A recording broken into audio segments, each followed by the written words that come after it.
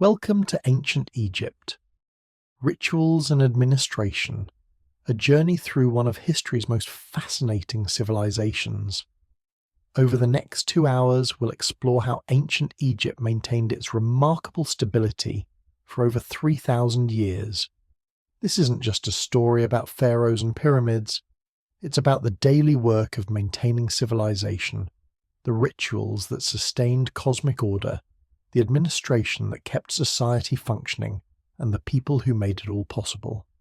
You'll meet Amenemhat, the high priest who awakens the god Amun each dawn, Rekhmir, the vizier who dispenses justice and manages the state, Hori, the investigative scribe uncovering corruption in the temple granaries, and many others, priests, scribes, judges, physicians and workers, all playing their part in preserving Ma'at, truth, justice, harmony, and balance. We'll witness the spectacular Opet festival, sit in on court cases, explore the house of life where sacred knowledge was preserved, and enter secret chambers where future pharaohs learned the mysteries of divine kingship. This is ancient Egypt as it really was, not just monuments and mythology, but a living, breathing civilization where the sacred and the practical were inseparably intertwined. So settle in, and let's travel back 35 centuries to the banks of the Nile, where the sun rises over Thebes, and a high priest prepares to perform the most important ritual of the day. The darkness before dawn held a sacred quality that Amenemhat had learned to cherish in his 40 years as high priest.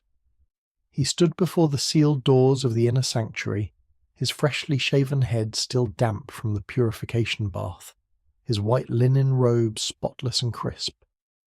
Behind him, 3 junior priests waited in silence, holding vessels of water drawn from the sacred lake, incense from distant Punt, and fresh natron salt. "The god sleeps," Amenemhat whispered, though no response was expected. This was the most critical moment of the day, perhaps of all existence. For if the morning ritual failed, if Ra did not rise, if Amun did not awaken, the world itself might slide back into the primordial chaos from which it had emerged.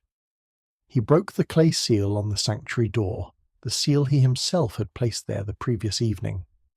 The wax impression showed the 9 bows, symbols of Egypt's enemies, crushed beneath the authority of the temple. With practiced movements, he drew back the bronze bolt and pulled open the heavy cedar door. The sanctuary exhaled cool air, thick with yesterday's incense. In the darkness, the golden Nile shrine gleamed faintly, catching the light of the single lamp the junior priest now brought forward. Within that shrine, behind smaller doors of gilded wood inlaid with lapis lazuli, stood the statue of Amun-Ra himself, not a mere representation, but the actual dwelling place of the god's Ka, his life force. Amenemhat approached with measured steps, chanting the ancient words his predecessor had taught him, words that stretched back through generations of high priests to the time of the pyramid builders and beyond. "Awaken in peace, Lord of Thebes. Awaken in peace, hidden one whose name is secret. The land awakens in peace, the sky awakens in peace. All that exists awakens in peace." He opened the inner doors of the naos. The statue stood as it always did, a figure of a man with a tall plumed crown, skin of gold, eyes of crystal and obsidian that seemed to see into the priest's very soul. But Amenemhat knew that these were merely the god's clothes, his temporary house. The real Amun was everywhere and nowhere, hidden even as he revealed himself, present in every breath of wind, every thought, every act of creation. "I am your servant," Amenemhat continued, prostrating himself. "I come to attend to your majesty as a son attends to his father." The ritual proceeded with exact precision that had been refined over 3,000 years. First, the cleansing. Amenemhat took the water vessel and poured it over the statue's feet, catching the runoff in a basin. The water, now charged with divine essence, would later be distributed to lesser shrines throughout the temple complex. He anointed the statue with sacred oils, cedar oil for strength, myrrh for preservation, frankincense for sanctity. Then came the clothing. The statue wore a linen kilt and elaborate collar of gold and semi-precious stones, but these had to be removed, inspected, and either replaced or reverently repositioned. As he worked, Amenemhat recited the hymns, "Your body is the body of gold, your bones are of silver, your hair is of true lapis lazuli." The junior priests brought forward the morning offerings, bread still warm from the temple bakery, beer brewed from the temple's own grain, cuts of beef from the temple herds, fresh lettuce and onions from the temple gardens, dates, figs, and honey. These were arranged on the offering table before the statue in a specific pattern that mirrored the order of creation itself. "Receive these offerings, O Amun-Ra," Amenemhat intoned. "May they nourish your ka, may they sustain your strength, may they please your heart." The incense burned thick now, frankincense and myrrh mixing with the aroma of fresh bread. In the flickering lamplight, the statue's crystal eyes seemed to move, to acknowledge the offerings. Amenemhat knew this was partly illusion, partly the effect of the smoke and his own fasting-induced heightened awareness. But he also knew it was real. The god was present, the god was pleased, the god was fed. The final act was the most important. Amenemhat took a small seal, a scarab of green jasper, and pressed it to the statue's lips. "Your mouth is opened, your eyes are opened, your ears are opened, you live, you're restored, you are rejuvenated, you go forth to do all that you desire." Outside, beyond the thick stone walls of the sanctuary, the sun was rising over the Nile. Amenemhat could not see it, but he felt it, felt the shift in temperature, heard the first calls of birds, sensed the change in the air. The ritual had worked. It always worked, because it had to work. The alternative was unthinkable. He bowed deeply once more, then backed out of the sanctuary, never turning his back on the god. The junior priests followed, and together they sealed the doors once more, fresh clay, a new impression of the seal. The god would rest in peace until the evening ritual, when the process would be reversed, putting Amun-Ra to bed, sealing him safely against the dangers of the night when Apophis, the chaos serpent, sought to devour the sun. As they emerged into the growing light of the outer temple, Amenemhat allowed himself a small smile. Another dawn secured, another day of Ma'at, truth, justice, order, preserved against the forces of Isfet, chaos. This was not mere ceremony. This was the work that held the universe together. A young acolyte approached, bowing. "Your Holiness, the Vizier has sent word. He requests your presence at the morning administrative council." Amenemhat nodded. The divine work was complete. Now the human work began. For the Temple of Amun was not merely a house of worship.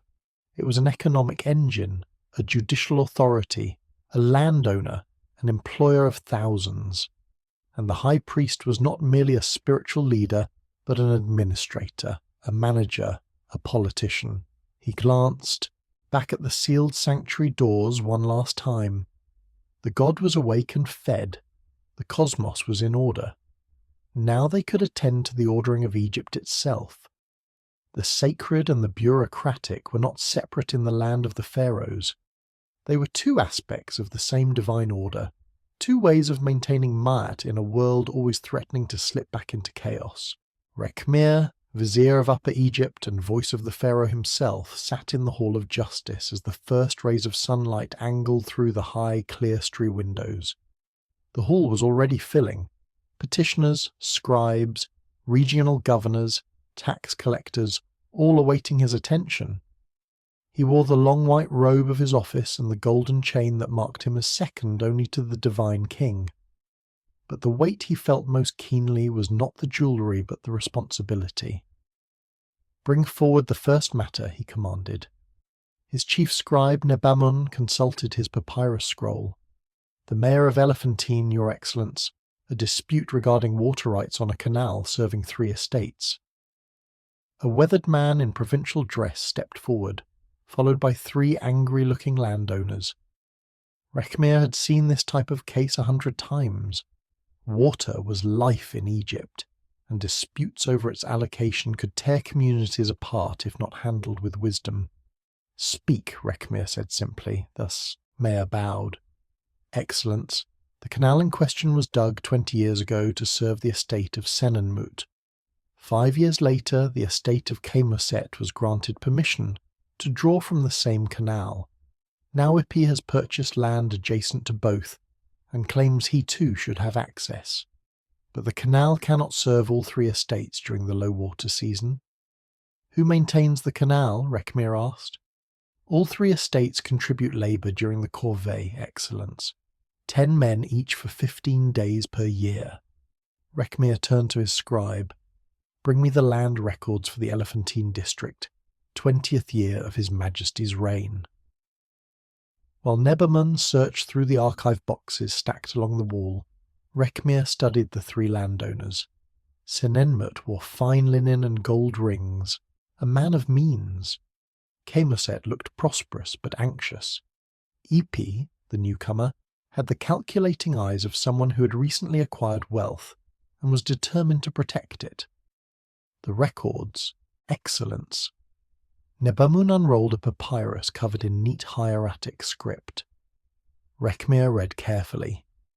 The original grant to Senenmut specified sufficient water for 15 auroras of land. Camoset's grant 5 years later stated access to existing irrigation works, subject to prior claims. But Ipi's purchase deed made no mention of water rights at all.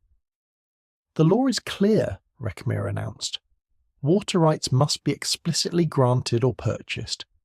Ipi, you fail to secure these rights in your purchase. You have no legal claim to the canal." Ipi's face reddened. "But Excellence, the land is worthless without water. The seller deceived me." "Then your dispute is with the seller, not with these other landowners.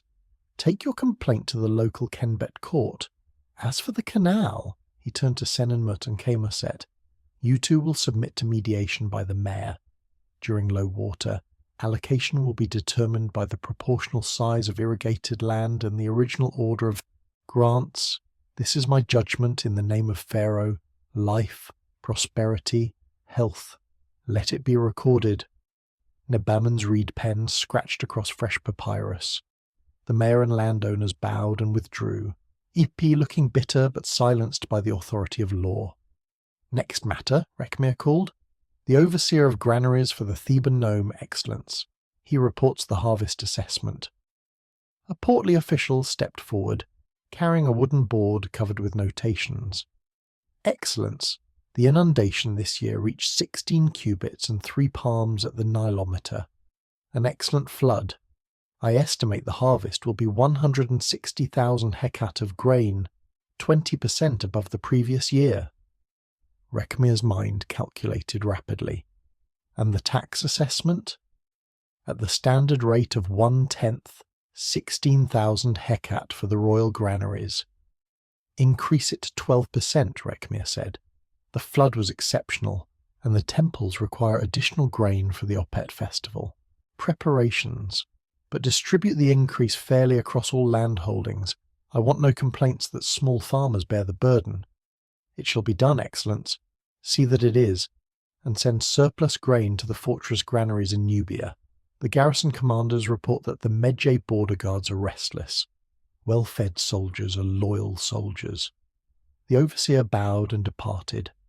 Already the next petitioner was being brought forward, a priest from a provincial temple claiming that a local governor had seized temple land for a military barracks. Rekhmir suppressed a sigh. This would be delicate. The army needed land for installations, but temple property was theoretically inviolable, belonging to the gods themselves. Yet he had dealt with such conflicts before.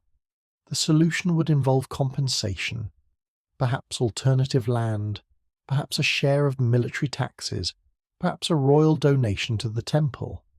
Everything in Egypt was negotiable except the principle of Mat itself. As the morning wore on, the cases came in endless succession. A merchant accused of using false weights, a widow claiming her late husband's brother had stolen her inheritance, a village headman requesting corvée labour exemptions because of illness among his workers, two scribes disputing seniority in the bureaucratic hierarchy. Each case required judgment, knowledge of precedent, understanding of law, and, perhaps most importantly, an intuitive grasp of what solution would maintain social order. Rekhmir was not merely settling disputes, he was weaving the fabric of Egyptian civilization, thread by thread, decision by decision. A messenger entered and whispered urgently to Amun, who then approached Rekhmir. "Excellence, the High Priest of Amun requests your presence. He says the matter is urgent." Rekhmir stood. "We adjourn until the afternoon session. All pending matters will be heard then." As the hall emptied, Rekhmir stretched his back. He had been sitting for 3 hours, and at least a dozen cases remained. But the high priest would not summon him without cause. The Temple of Amun was not just the largest religious institution in Egypt, it was also the largest landowner, the largest employer, and the largest economic force in Thebes. When the temple spoke, even the vizier listened. He walked through the palace complex, past the guards who saluted with spears raised, past the gardens where lotus bloomed in tranquil pools, past the workshops where artisans crafted furniture for the royal household. The morning sun was now high and hot, and he was grateful for the shade of the colonnade. At the temple gates he paused. Even a vizier must purify himself before entering sacred space. He washed his hands and feet in the bronze basin, rinsed his mouth and adjusted his robe. Then he entered, moving from the bright courtyard into the cooler shadows of the hypostyle hall, where massive columns rose like a stone forest, their capitals carved into lotus and papyrus flowers. Amenemhat was waiting in a side chamber, seated at a table covered with papyrus documents. The high priest looked troubled. "Your Excellence," Amenemhat said, rising, "thank you for coming. We have a problem." Rekhmir sat across from him. "Speak plainly. We have known each other too long for formality. The temple's grain reserves are lower than they should be. Not catastrophically so, but troubling. I've examined the accounts. Over the past year, approximately 5,000 hecat of grain has gone missing from the temple granaries." Rekhmir's eyes narrowed. "Theft? Possibly, or poor record-keeping, or diversion to unauthorized uses. I don't know yet. But if word gets out that the Temple of Amun cannot properly account for its own resources..." He didn't need to finish the sentence. "Who oversees the temple granaries?" "The second prophet Userhat. He's been in the position for 8 years. I have no reason to suspect him, but I also cannot ignore this discrepancy." Rekhmir thought carefully. An investigation into temple administration was sensitive. The priests jealously guarded their autonomy. But 5,000 hecat of grain was not trivial. It could feed 1,000 people for a year. "I will send my most trusted investigator," Rekhmir said. "Quietly, a scribe named Hori. He's discreet and thorough. He'll examine the records, interview the granary workers, trace the grain flows. We'll find where the grain went. And if it was Userhat, then justice will be done. No one, not even a second prophet, is above Ma'at. But we must be certain. False accusations against a senior priest would be problematic." Amenemhat nodded, relief evident in his face. "Thank you. I knew I could rely on you." As Rekhmir left the temple and walked back toward the palace, His mind was already working through the implications. A missing grain investigation, water rights disputes, tax assessments, military concerns, each thread connecting to others in the vast tapestry of Egyptian administration. This was the real work of maintaining Ma'at, not just the grand rituals and divine ceremonies, but the daily grind of ensuring that fields were irrigated, taxes were collected fairly, disputes were settled justly, and corruption was rooted out wherever it grew. The gods maintained cosmic order through ritual, but mortals maintained earthly order through administration. And in Egypt, both were sacred duties. In a long whitewashed room near the palace complex, 20 young boys sat cross-legged on the floor, each with a wooden writing board across his lap, a palette of black and red ink at his side, and a water pot for mixing pigments. The morning sun slanted through the high windows, illuminating the dust motes that danced above their shaved heads. "Copy the text exactly," intoned their teacher, Amenhotep, a senior scribe whose fingers were permanently stained with ink. Every hieratic sign must be perfect. A single error in a land deed could cost a family their inheritance. A mistake in a tax record could bankrupt a district.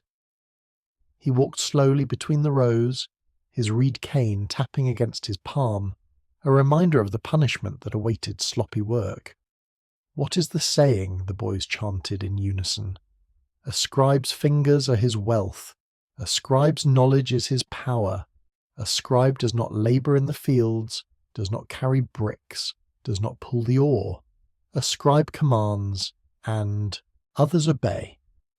Young Bakan Konsu, 12 years old and the son of a mid-level treasury official, bent over his board with fierce concentration. He was copying a standard letter formula. The scribe Amenhotep to his lord, the overseer of the granaries, "May you live, prosper, and be healthy in the favour of Amun-Ra, king of the gods." His hand cramped. He had been writing for 2 hours already, and the lesson would continue until midday. But he dared not complain. His father had paid good silver to secure him this apprenticeship. Only 1 in 100 boys learned to read and write. Literacy was the gateway to power, to wealth, to a life free from the back-breaking labour that consumed most Egyptians. Amenhotep stopped beside him, examining his work. "Your read signs are improving, but your ligatures are still weak. See here." He pointed with the cane. "This connection between the water sign and the house sign. It should flow naturally, not look like 2 separate marks pressed. Together." "Yes, master." Again, 10 more copies before the midday meal. Bakan Konsu sighed quietly and dipped his brush in the black ink, beginning again. Around him, the other students worked with equal diligence. They came from good families, the sons of priests, officials, merchants, and military officers. Boys whose fathers understood that in Egypt, literacy was the difference between commanding and obeying. In the adjacent building, in a much larger hall, the real business of the scribal department proceeded. 50 scribes worked at long tables, copying documents, updating ledgers, preparing correspondence, and maintaining the vast archives that recorded every significant transaction in the Theban administrative district. Hori, the investigator whom Vizier Rekmir had just assigned to the temple grain case, sat at his usual station near the window. He was 35 years old, a senior scribe with a reputation for meticulous attention to detail. Before him lay the temple granary records for the past year, papyrus scrolls covered in neat columns of hieratic numbers and notations. He had already identified the problem. The monthly inventories showed grain coming in from temple lands, tribute from tenant farmers, tithes from worshippers, payments from commercial transactions, and they showed grain going out, rations for priests, offerings for rituals, sales to merchants, shipments to subsidiary temples. But the numbers didn't balance. Small discrepancies each month. never more than 200 hecat at a time. Someone had been very clever. If you skimmed just a little each month, if you kept the amounts below the threshold that would trigger immediate investigation, you could steal quite substantially over time. Hori, you look troubled. He glanced up to see Neb Amun, the vizier's chief scribe, standing beside his table. "The temple grain case," Hori said quietly. "I think I've found the pattern, but proving who's responsible will be more difficult." Neb Amun sat down. "Show me." Hori pointed to the records. "See here. In the 3rd month, the inventory shows 2,000 hecat received from the temple estates near Armand. But if you cross-reference with the estate manager's own records," he unrolled another scroll, "he reported sending 2,100 hecat, 100 hecat gone missing in transit. Could be an honest mistake in counting. Perhaps. But look, it happens consistently. Every shipment from every estate shows a small discrepancy. The grain arrives at the temple granary, but slightly less than was sent. Cumulatively over a year, it accounts for most of the missing 5,000 hecat." Neb Amun's eyes narrowed. "So the theft happens during transport, or during the initial weighing at the granary. The granary keeper signs for the received amount, which becomes the official record. If he's in collusion with the transport workers, or if the granary keeper himself is altering the numbers and selling the difference on the black market." Hori nodded.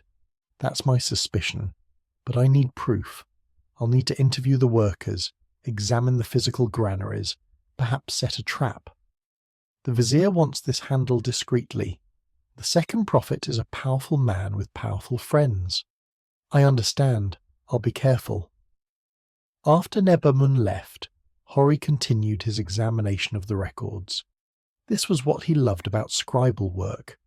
The puzzle solving, the detective work of finding truth hidden in numbers and words.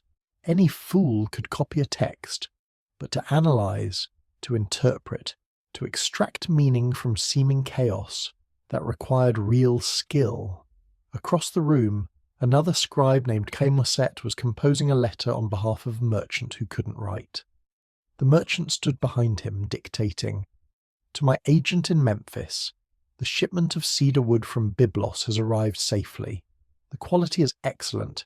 Sell it at no less than 3 deben of silver per log, but try 4. 4 if you can find a buyer." Kemoset translated the merchant's rough speech into proper epistolary language, adding the appropriate formulas and flourishes that marked an educated correspondence.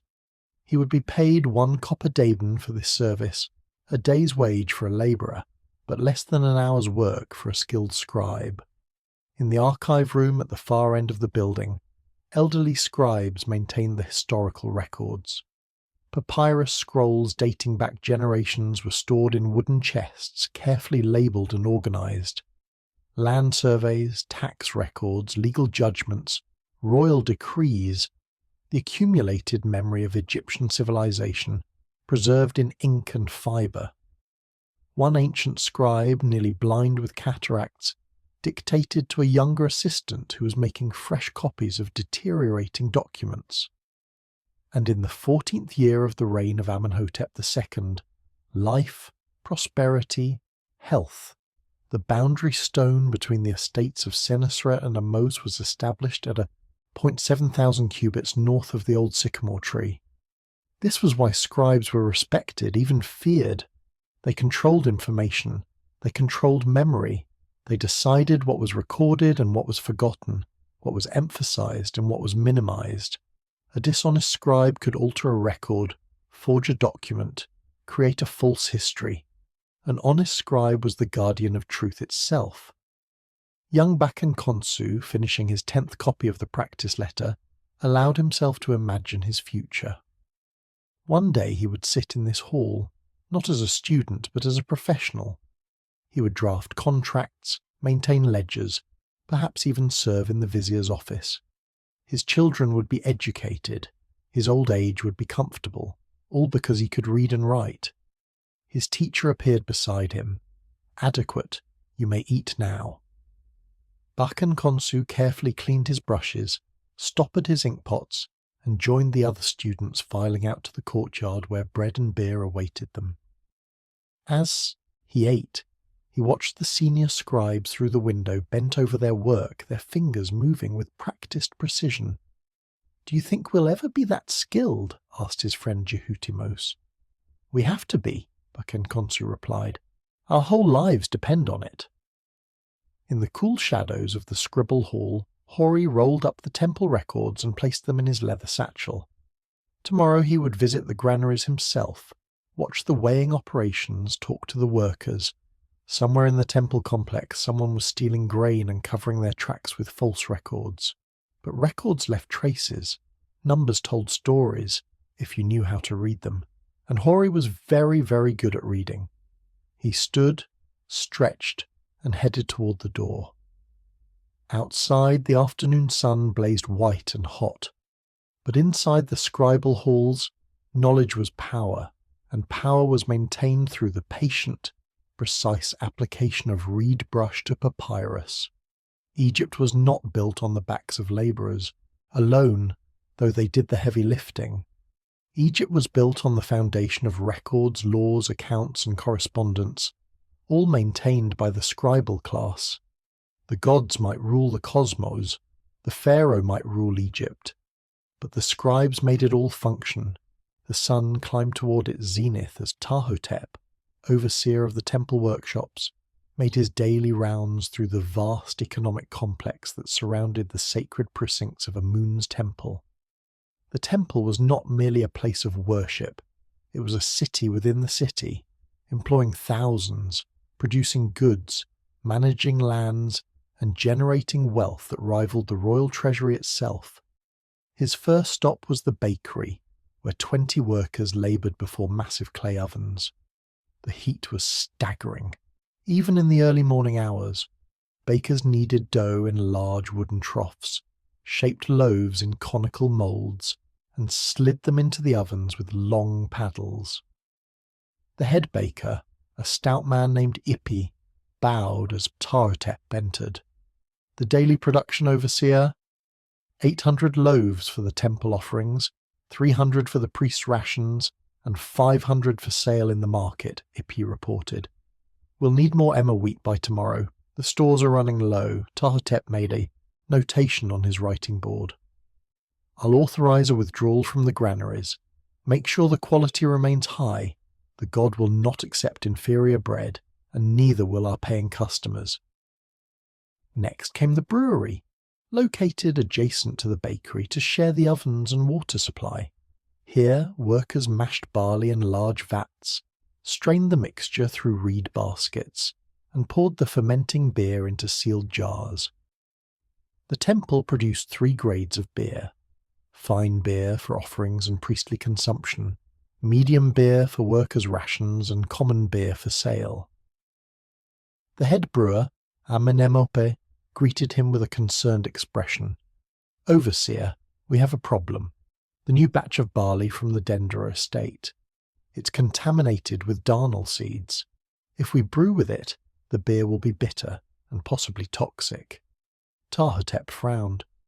"How much contaminated grain?" "About 500 hecat. Can it be cleaned?" "We could try winnowing it again, but that's labour-intensive, and we'd still lose yield." "Do it anyway. We cannot risk poisoning anyone, and send a message to the estate overseer. Tell him if his quality control doesn't improve, we'll source our barley elsewhere. The Temple of Amun has many tenant farmers eager for our contracts." This was the constant balancing act of temple economics. Quality had to be maintained for both religious and commercial reasons. Costs had to be controlled to maximize revenue. Workers had to be managed, suppliers disciplined, customers satisfied. The sacred and the profitable were intertwined. Ptahhotep moved on to the textile workshops, housed in a long building with high windows for light. Here, women sat at looms, weaving linen cloth of varying qualities. Some worked on coarse, simple fabric for workers' kilts and common trade goods. Others created fine, gossamer-thin linen that took weeks to produce and sold for premium prices to nobles and wealthy merchants. The workshop supervisor, an older woman named Mutnofret, showed him the week's production. We've completed 30 bolts of common linen, 12 bolts of fine linen, and 2 bolts of royal quality linen for the god's wardrobe. Excellent. The royal quality linen, it's ready for the upcoming festival. Yes, Overseer, the finest we've produced this year. 6 threads per finger width, nearly transparent. Ptahhotep examined the fabric, holding it up to the light. It was indeed exceptional, so fine that he could read text through it. The god will be pleased, and the common linen, already sent to the market, it should bring in about 40 deben of copper. The temple's economic operations extended far beyond the immediate complex. Ptahhotep spent the next hour reviewing reports from the temple's agricultural estates scattered throughout the Theban nome. Each estate had an overseer who managed the land, directed the tenant farmers, and shipped produce to the temple. The estate at Armant reported a harvest of barley and emmer wheat. The estate at Hermonthis sent grapes for wine production. The estate near the first cataract contributed dates and vegetables. All of this flowed into the temple's warehouses to be used for offerings, worker rations, or commercial sale. But managing these distant estates was challenging. Communication was slow. Messages travelled by foot or boat, taking days or weeks. Overseers could be incompetent or corrupt. Farmers could be lazy or unlucky. Weather, pests, disease, all threatened the agricultural base upon which the temple's wealth depended. Ptahhotep reviewed a particularly troubling report from the estate at Armant, the same estate whose grain shipments Hori was investigating. The estate overseer, a man named Nebseni, reported consistently strong harvests and timely deliveries, yet somehow the grain arriving at the temple was always slightly less than what Nebseni claimed to have sent. Overseer Ptahhotep, he looked up to see a young scribe he didn't recognize. Yes, I am Hori from the vizier's office. I've been asked to review some grain inventory records. The high priest suggested you might assist me. Ah, so the investigation had begun. Ptahhotep felt a mixture of relief and apprehension. Relief that someone was finally looking into the discrepancies he'd noticed but hadn't had time to pursue. Apprehension, because investigations tended to uncover uncomfortable truths. Of course, what do you need? Access to the granaries. I'd like to observe the weighing procedures when the next shipment arrives. The next shipment from Armant is due this afternoon. You're welcome to attend. Thank you. And I'd like to review the physical storage spaces. Sometimes the condition of the granaries themselves can explain losses, spillage, rodent damage, moisture. Ptahhotep led Hori through the temple complex to the granary quarter. Here, dozens of mud brick silos rose like massive beehives, each marked with hieratic signs indicating its contents and quantity.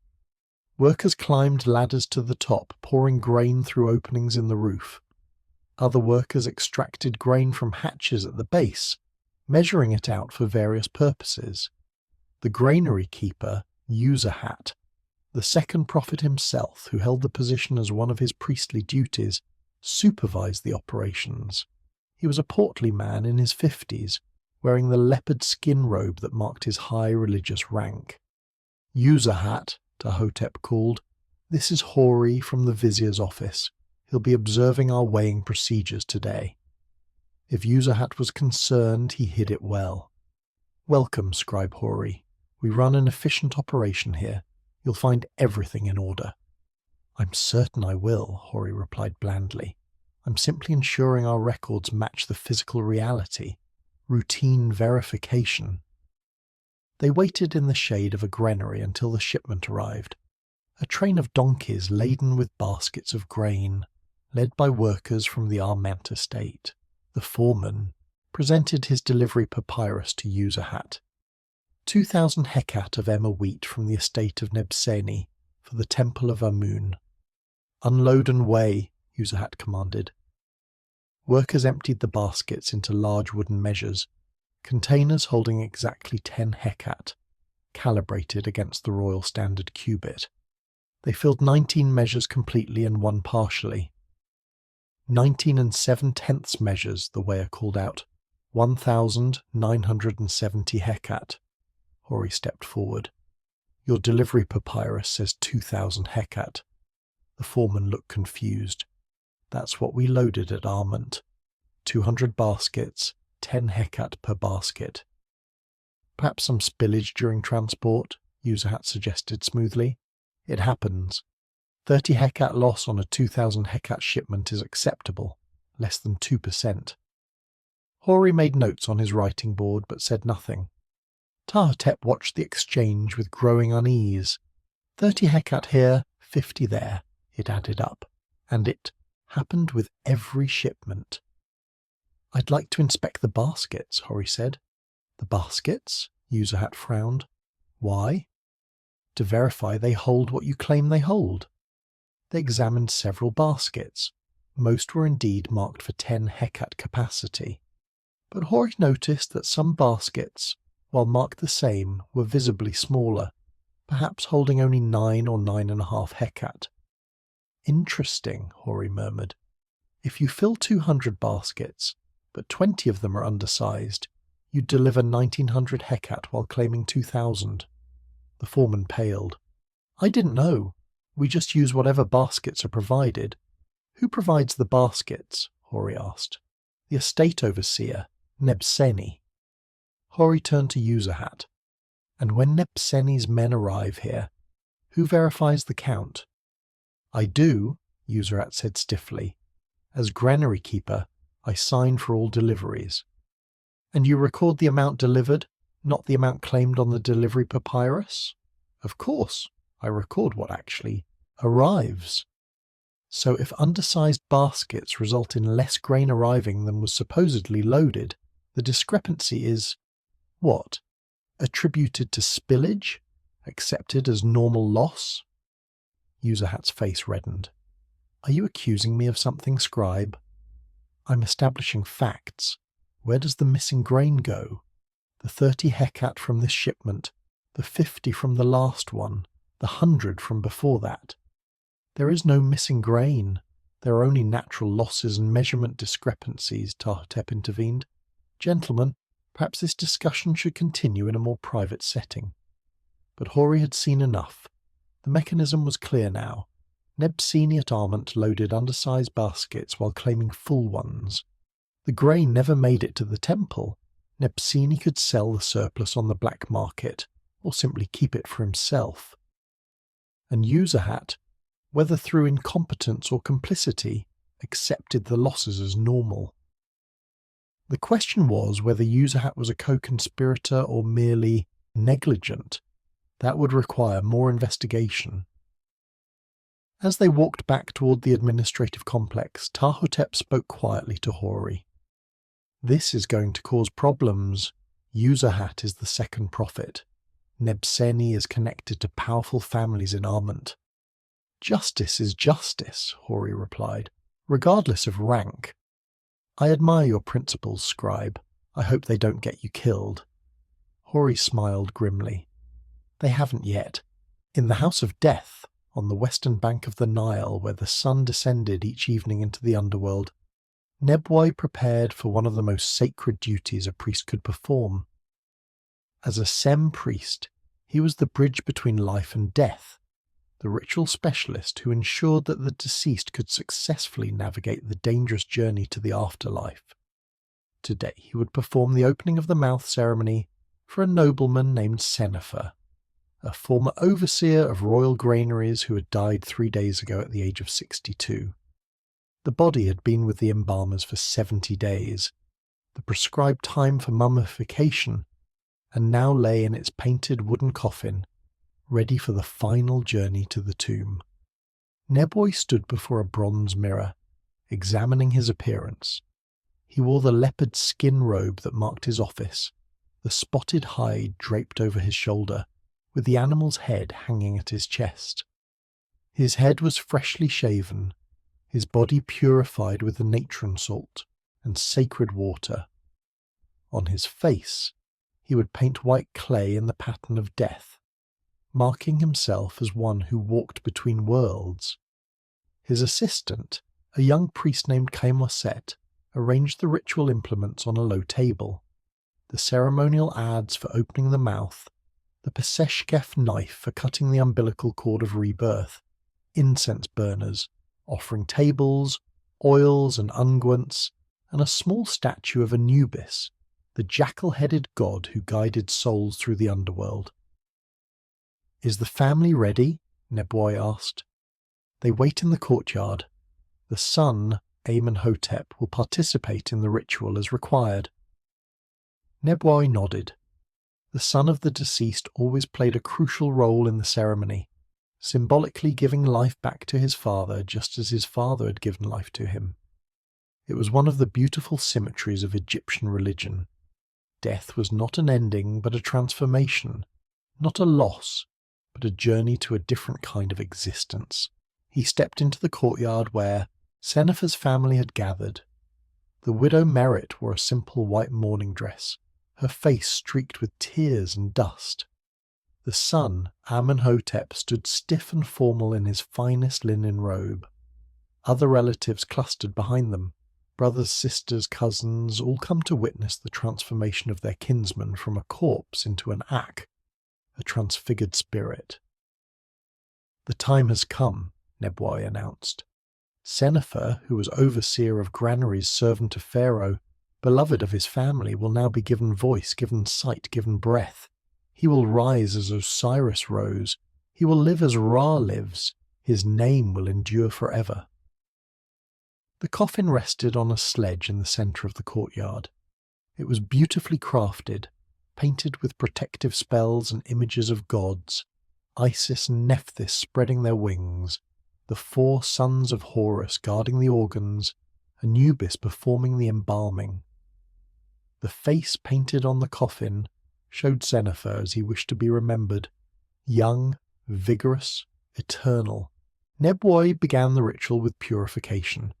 He circled the coffin, sprinkling water from the sacred lake, wafting incense smoke, reciting the spells that would cleanse both the body and the space around it of any negative influences that might impede the journey to the afterlife.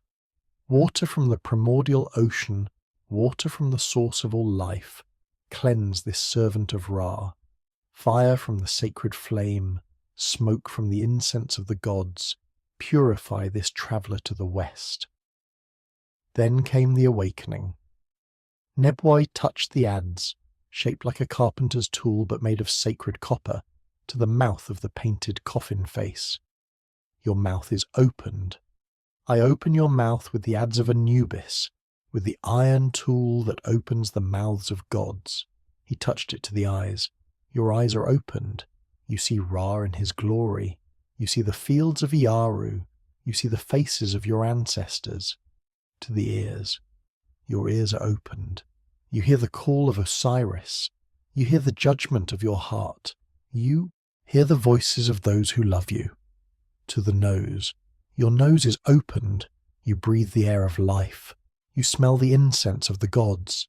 You are filled with the breath of eternity." With each touch, each invocation, Nebwai felt the familiar sensation, a tingling awareness that something was happening beyond the merely physical. The Egyptians understood death not as the cessation of existence, but as a transformation requiring specific procedures. Without the proper rituals, a person would remain trapped in the liminal space between life and death, unable to reach the Hall of Two Truths where Osiris judged souls. Now came the son's role. Amenhotep stepped forward, and Nebwai handed him a ceremonial knife. "As your father gave you life, so you give him life again. Cut the cord that binds him to the world of the living. Free him to journey to the world of the blessed dead." Amenhotep made a symbolic cutting motion over the coffin. His hands shook slightly. This was an emotionally charged moment. He was saying goodbye while simultaneously helping his father be reborn. "I free you, father," Amenhotep said, his voice thick with emotion. "I give you life as you gave me life. Go forth in peace. May your car be strong. May your fly freely. May your ruck shine among the imperishable stars. Nebwai resumed his role, now presenting offerings to the deceased. Camwaset brought forward a table laden with bread, beer, meat, fruits, vegetables, a feast for the dead. But these were not merely symbolic. The Egyptians believed that the Ka, the life force that survived death, required sustenance just as the living body had. Receive these offerings, Senefer. May your Ka be nourished. May your hunger be satisfied. May your thirst be quenched. May you feast at the table of Ra for all eternity. The widow Merit stepped forward, placing a small amulet of green faience into the hands of Nebwali. It was shaped like a heart scarab inscribed with spells from the Book of the Dead. Place this over his heart, she whispered, so that it will not testify against him in the judgment. Nebwali nodded. This was crucial. In the Hall of Two Truths, the deceased's heart would be weighed against the feather of Maat. If the heart was heavy with sin, it would be devoured by Amit, the demon of the underworld, and the person would cease to exist, not just dead, but unexisted, erased from reality itself. But the heart scarab bore a spell commanding the heart. Do not stand against me as a witness. Do not oppose me in the tribunal. Do not be hostile to me in the presence of the keeper of the balance. It was a kind of insurance policy, a way of ensuring that even if one had sinned in life, the heart would remain silent during judgment. Nebwai couldn't open the sealed coffin, but he placed the amulet on top of it, speaking the spell aloud. O heart of my mother, O heart of my different forms, do not stand up against me as a witness. Do not create opposition against me among the assessors. Do not tip the scales against me in the presence of the guardian of the scales. The ritual continued with more offerings, more spells, more invocations. Nebwai recited passages from the Book of the Dead, the spells that would allow Senefer to navigate the underworld, to answer the challenges of the guardian demons, to declare his innocence before the 42 divine judges. I have not killed. I have not stolen. I have not told lies. I have not committed adultery. I have not caused pain. I have not caused tears. I have not made anyone suffer. The litany of negative confessions went on, a comprehensive ethical code encoded in funerary ritual. To pass judgment, one had to have lived according to Mayat. Truth, justice, harmony, balance. Those who had violated these principles would face annihilation. But Senefer, from all accounts, had been a decent man, honest in his duties, fair in his dealings, kind to his family. Nebwali believed he would pass the weighing of the heart. His car would survive, his bar would fly as a bird between the worlds of the living and the dead, and his Ak would dwell among the blessed spirits. As the ritual neared its conclusion, Nebwai performed the final act, the symbolic burial. He faced west toward the land of the dead where the sun descended each evening and spoke the words of release. Go forth, Senefer. Go to the beautiful west. May Anubis guide you. May Isis protect you. May Osiris embrace you as his own. You are not dead. You are transformed. You are not gone. You are changed. Your name lives. Your deeds endure. You are eternal. The family wept, but they were tears of both grief and hope. In Egypt, death was not the end. It was a dangerous passage, yes, requiring elaborate preparation and expensive rituals, but it was not final. The dead lived on in their tombs, sustained by offerings. They lived on in memory, as long as their names were spoken. They lived on in the west, in the fields of Yaru, in the boat of Ra as it journeyed through the 12 hours of night. After the ceremony, as the coffin was loaded onto a boat for transport across the Nile to the necropolis, Amenhotep approached Nebwali. "Thank you, Holy Father. You've given my father peace." "Your father earned his own peace," Nebwawi replied. "I merely provided the map for his journey. The walking he must do himself." "Do you truly believe he will live again? In the West?" Nebwawi looked at the young man seriously. "I have performed this ritual hundreds of times. I have stood in tombs where the dead have lain for generations. And yes, I believe. Not because I am naive, but because I have felt their presence. The dead are not silent. They watch over us. They intercede with the gods on our behalf. Your father will be one of them." As Nebway walked back to the House of Death to purify himself after the ritual, he reflected on the strange beauty of Egyptian religion. Death was not denied or feared. It was integrated into life. The tombs on the West Bank were not places of horror, but houses for eternity, decorated with scenes of banquets and hunts and harvests, places where the dead could continue to enjoy existence. And the rituals, the mummification, the offerings, the spells, were not superstition but technology, a systematic method for ensuring that consciousness survived bodily death. Whether it truly worked, who could say for certain, but the belief in it shaped every aspect of Egyptian life.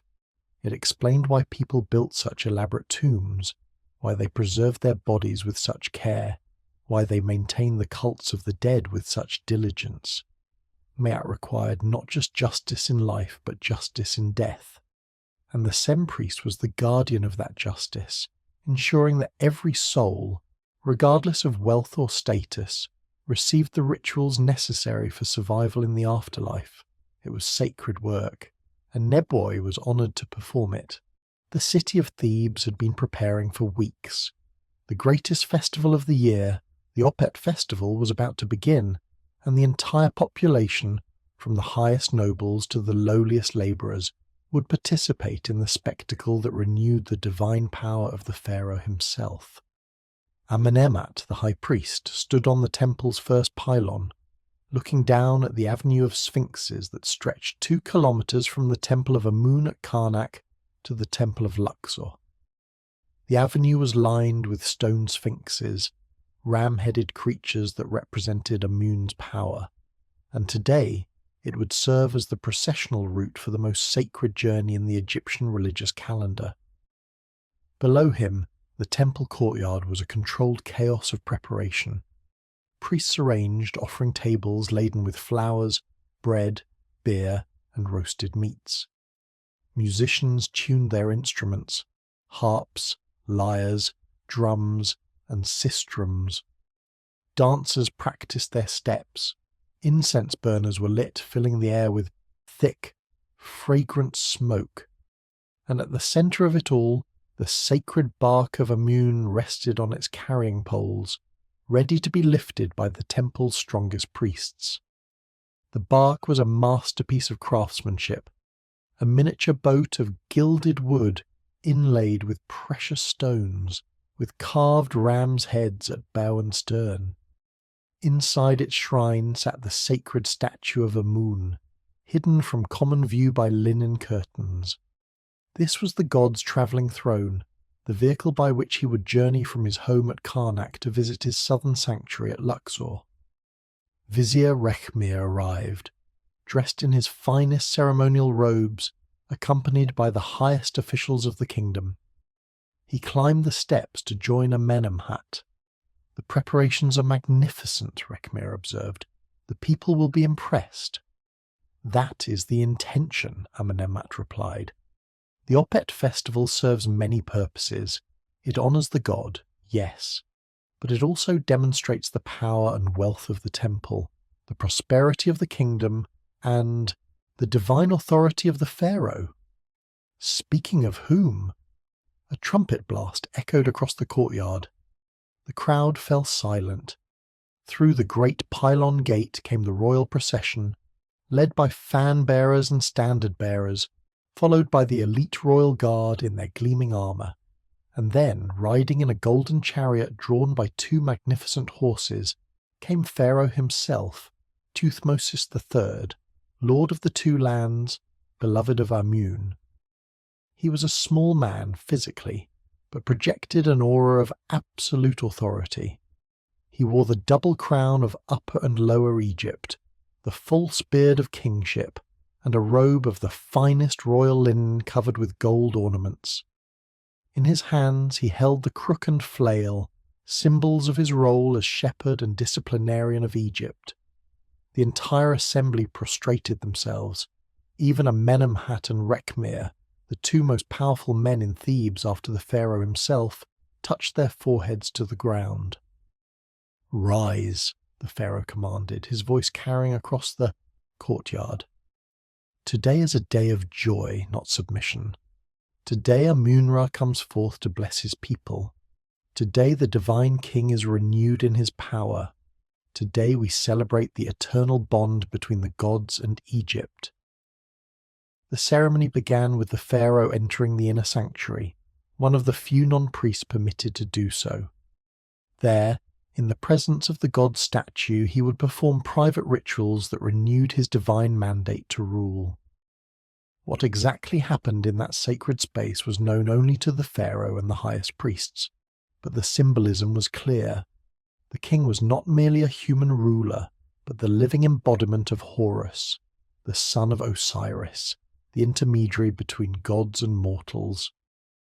After an hour the pharaoh emerged. He nodded to Amenemhat, who signalled the priests. 12 men in pure white robes stepped forward and lifted the carrying poles of Amun's bark onto their shoulders. The weight was enormous. The bark itself was heavy, and the gold plating made it heavier still. But these priests had been chosen for their strength and had trained for months for this moment. "The god comes forth," Amenemhat announced. "Make way for Amun-Ra, king of gods, lord of Thebes, creator of all that exists." The great doors of the sanctuary swung open. The bark emerged into the sunlight, and the crowd erupted in cheers and prayers. Musicians began to play, a thunderous, rhythmic sound that pulsed through the courtyard. Dancers whirled, their movements precise and ancient, telling the story of creation through gesture and motion. The procession began to move. First came the pharaoh in his chariot, followed by the royal family, his principal wife, his secondary wives, his children. Then came the bark of Amun, carried high so all could see it. Behind it came the barks of Mut, Amun's consort, and Khonsu, their son, a divine family mirroring the royal family. Then came the priests, hundreds of them in hierarchical order, then the nobles and officials, then the military, columns of soldiers in perfect formation. And finally, joining the procession as it moved through the city streets, came the common people, thousands upon thousands of Egyptians celebrating their gods and their king. Amenemhat walked near the front of the procession, close to the sacred bark. As high priest, he was responsible for ensuring that the ritual was performed correctly, that the god was honoured properly, that nothing disrupted the sacred journey. But he was also acutely aware of the festival's political dimension. The Opet festival was expensive, enormously so. The offerings alone consumed thousands of loaves of bread, hundreds of jars of beer, dozens of cattle.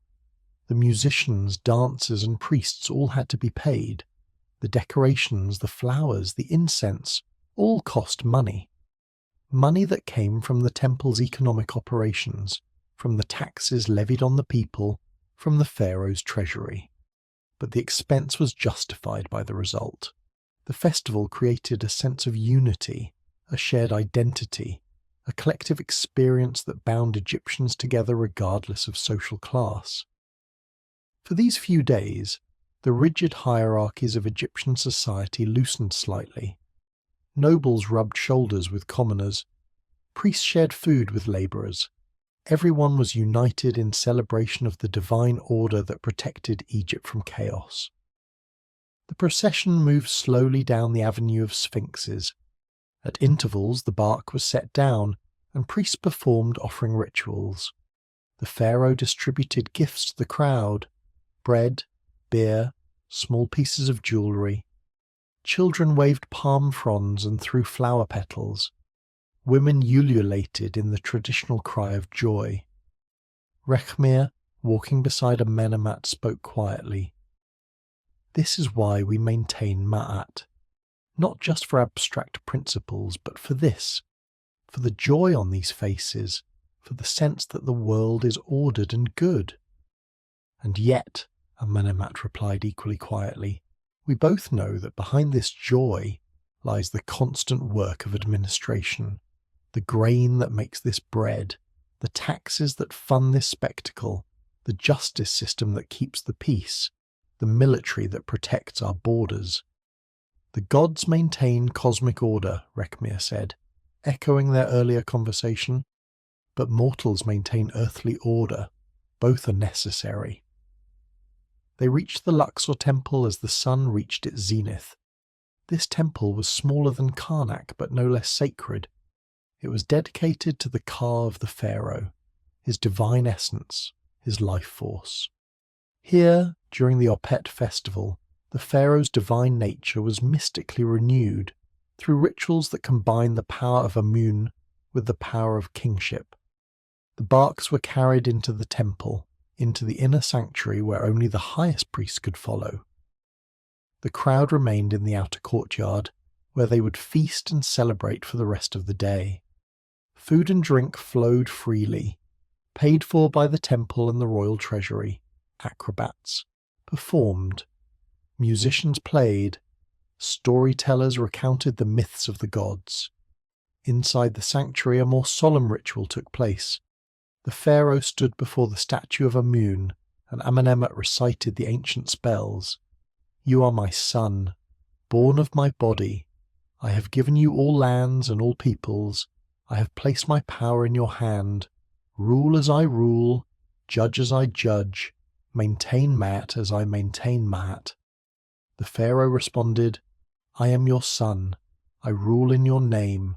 I judge in your name. I maintain Ma'at as you have commanded. While I reign, Egypt shall prosper. While I live, chaos shall not prevail.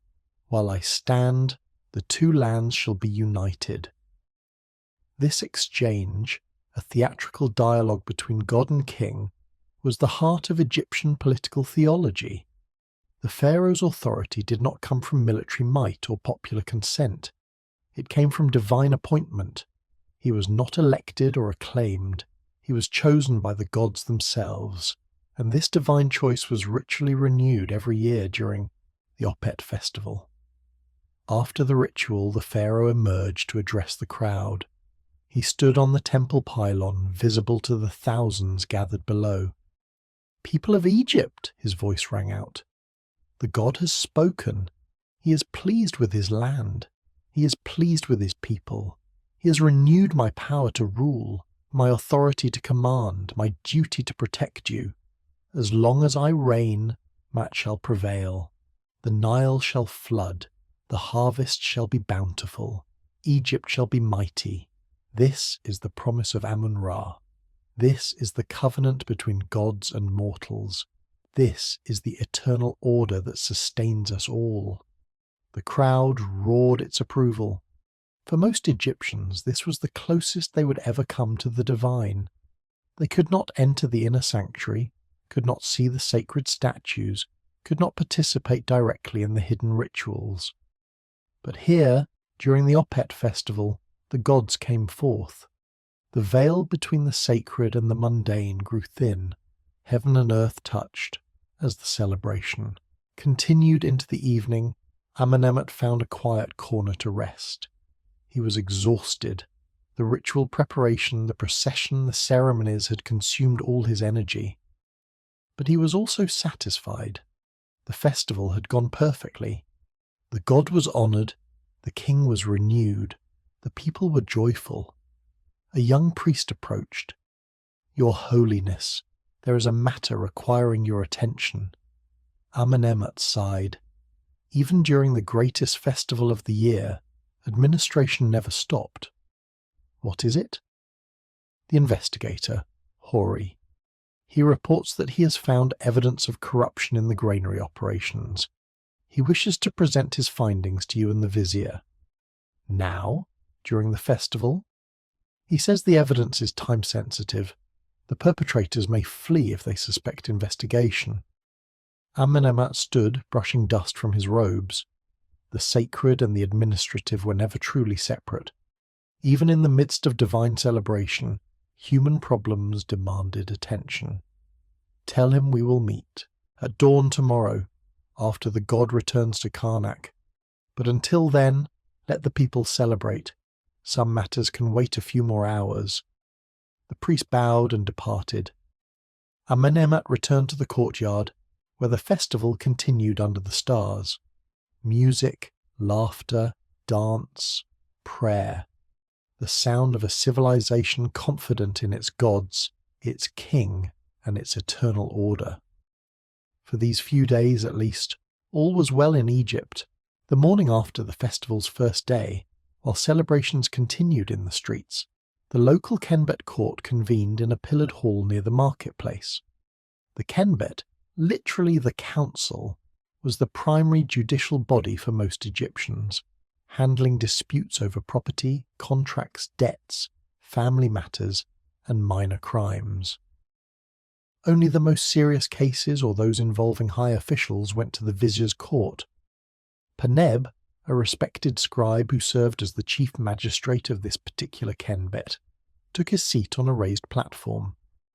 Around him sat 8 other judges, local notables including a priest, a retired military officer, 2 prosperous merchants, and several landowners.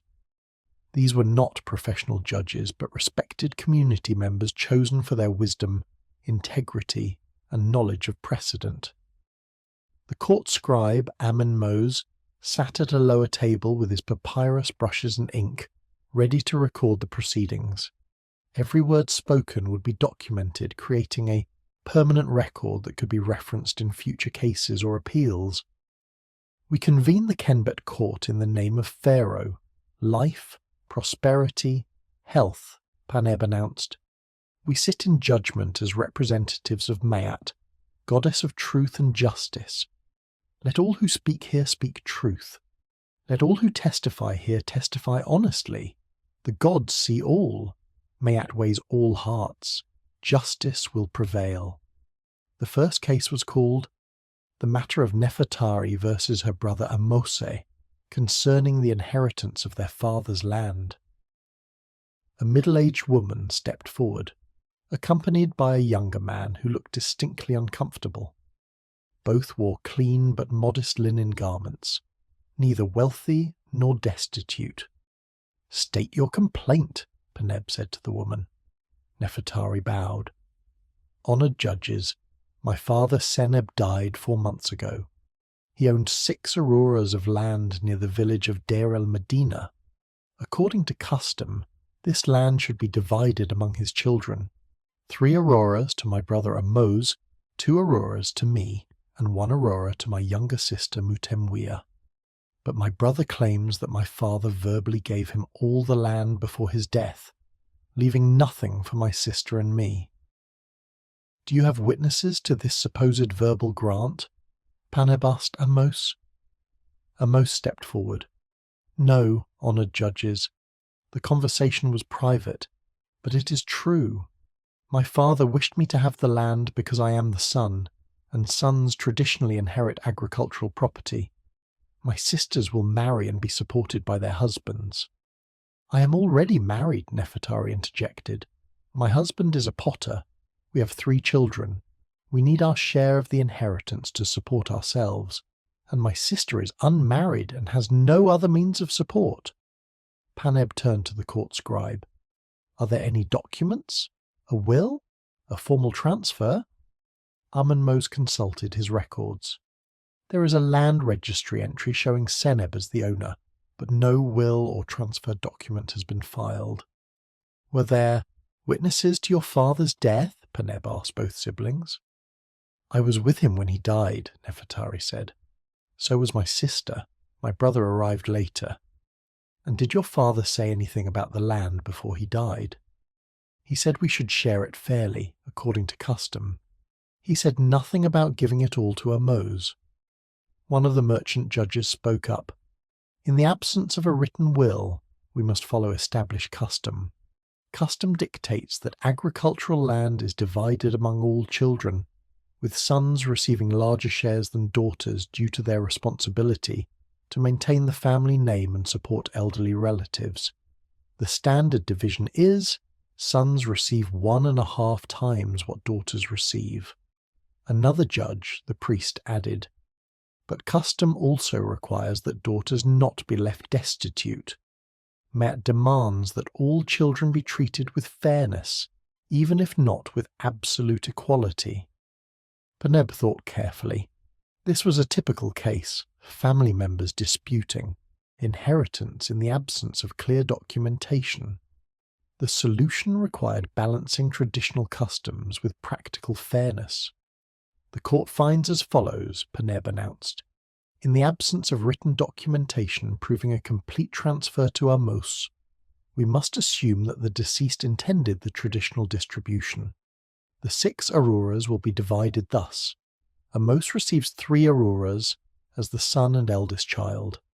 Nefertari receives 2 auroras. Mutemwia receives 1 aurora. This division follows established custom and ensures that all children receive something from their father's estate. Amos looked angry but said nothing. Nefertari bowed gratefully. Thank you, honoured judges. Mayat is served.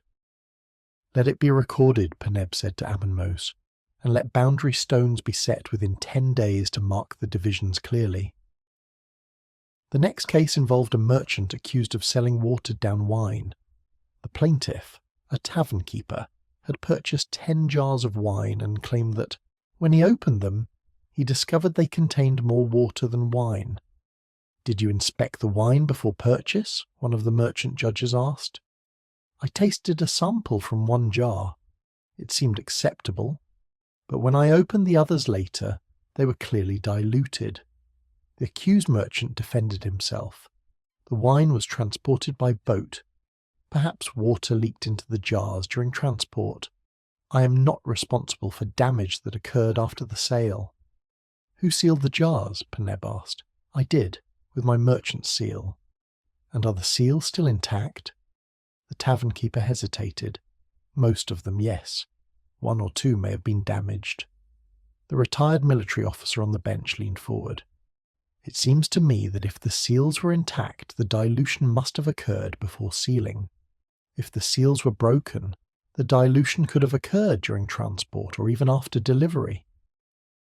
After deliberation, the court reached a compromise judgment. The merchant will replace 3 jars of wine, acknowledging that some dilution may have occurred before sale. The tavern keeper will accept this partial restitution, acknowledging that he cannot prove all jars were diluted before sale.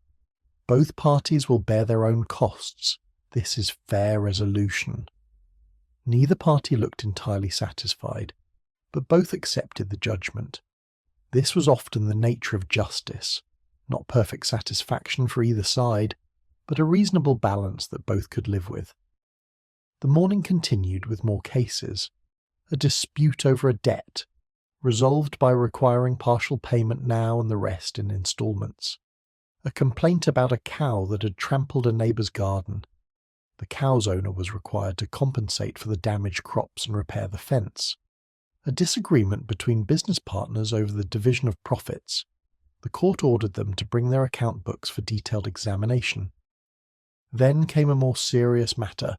A man named Mena was accused of stealing grain from the temple granary where he worked as a labourer. The accuser was none other than Hori, the investigative scribe. Honoured judges, I have been investigating discrepancies in the temple granary records.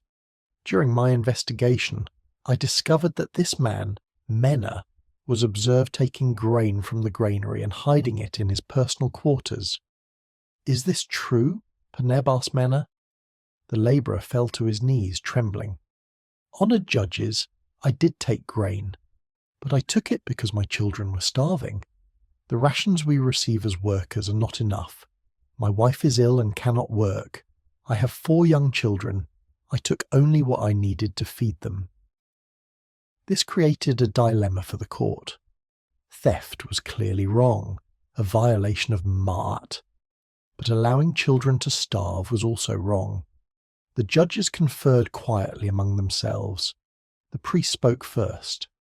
The taking of property that belongs to another is theft. The taking of property that belongs to the gods is sacrilege. Both are serious offences. Yet, countered the military officer, a man who allows his children to starve has also violated Ma'at. A father's duty to provide for his family is sacred. One of the landowner judges added, "The real question is whether the temple's rations are adequate. If workers are not paid enough to survive, the fault lies partly with the employer," Hori interjected carefully.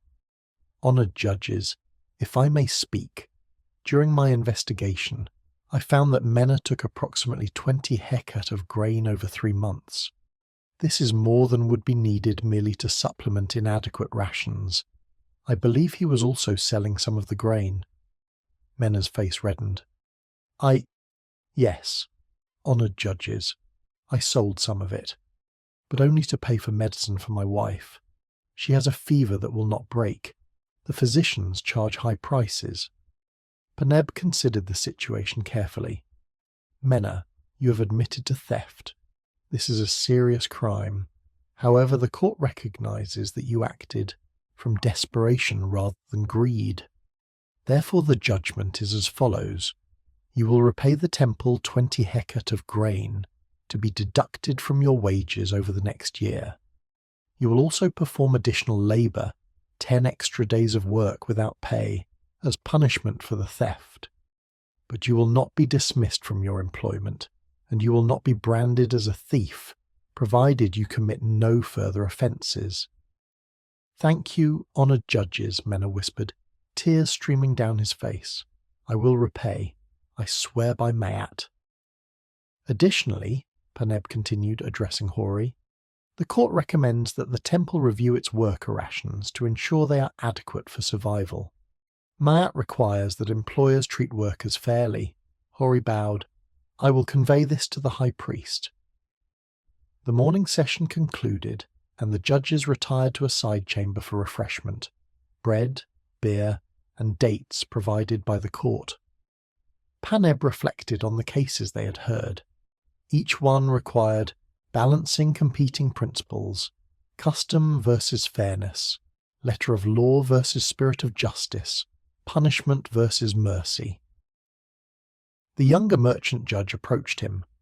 "How do you always know the right judgment?" Paneb smiled. "I don't. I simply try to apply Ma'at as best I understand it. Truth, justice, harmony, balance. These are our guides. Sometimes the law is clear, sometimes it requires interpretation. But always we must ask, what outcome serves Ma'at? What outcome maintains social order? What outcome is fair to all parties?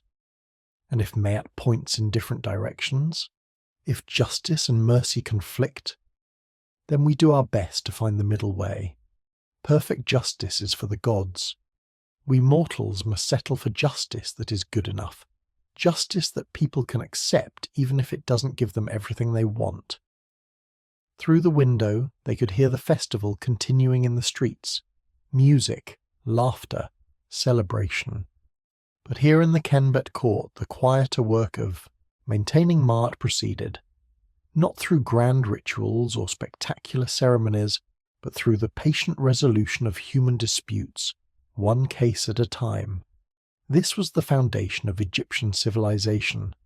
The gods provided the cosmic order, the pharaoh provided the political order, the priests provided the ritual order, and the Kenbet courts provided the legal order, ensuring that in the midst of all the hierarchy and ceremony and theology, ordinary people could still obtain justice. Ma'at was not just an abstract principle, it was a lived reality, enforced daily in courts like this one, by judges like these, in cases like these. Without this foundation of practical justice, all the temples and festivals and royal pronouncements would be meaningless. The afternoon session began, and Paneb returned to the bench. More cases awaited, more disputes to resolve, more opportunities to serve Ma'at. Behind the main temple complex, in a quiet courtyard shaded by sycamore trees, stood the Perang, the House of Life. This was the intellectual heart of the temple, where priests preserved sacred texts, composed new rituals, trained physicians, studied the stars, and maintained the accumulated knowledge of Egyptian civilization.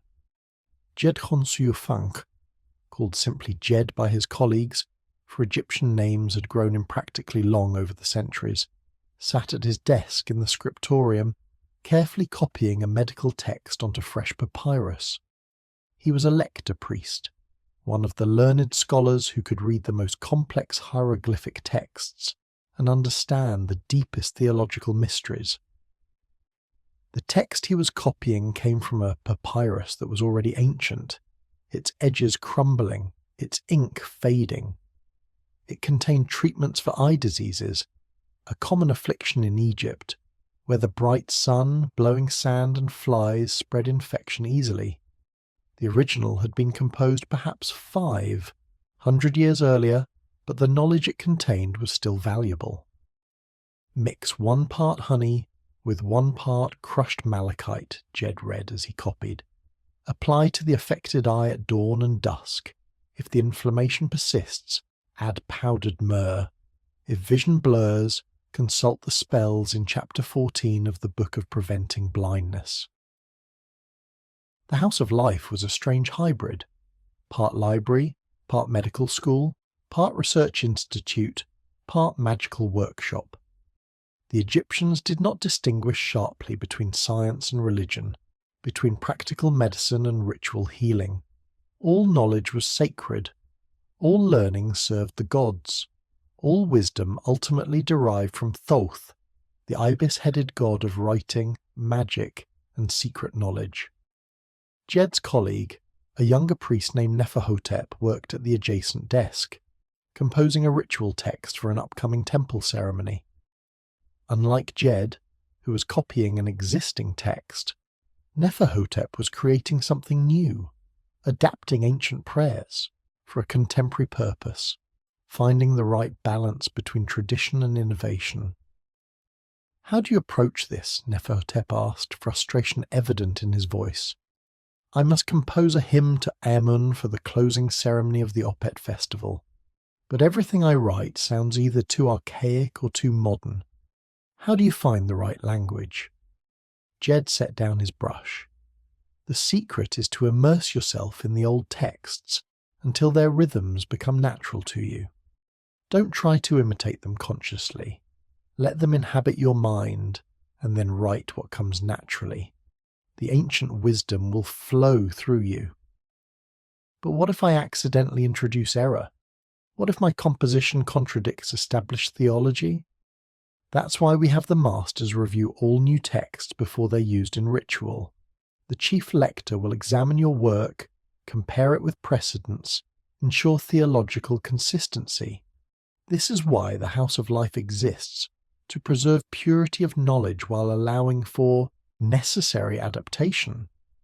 At the far end of the scriptorium, the chief lector himself, an elderly priest named Amenemhotep, supervised 2 young students who were learning to read hieroglyphic texts.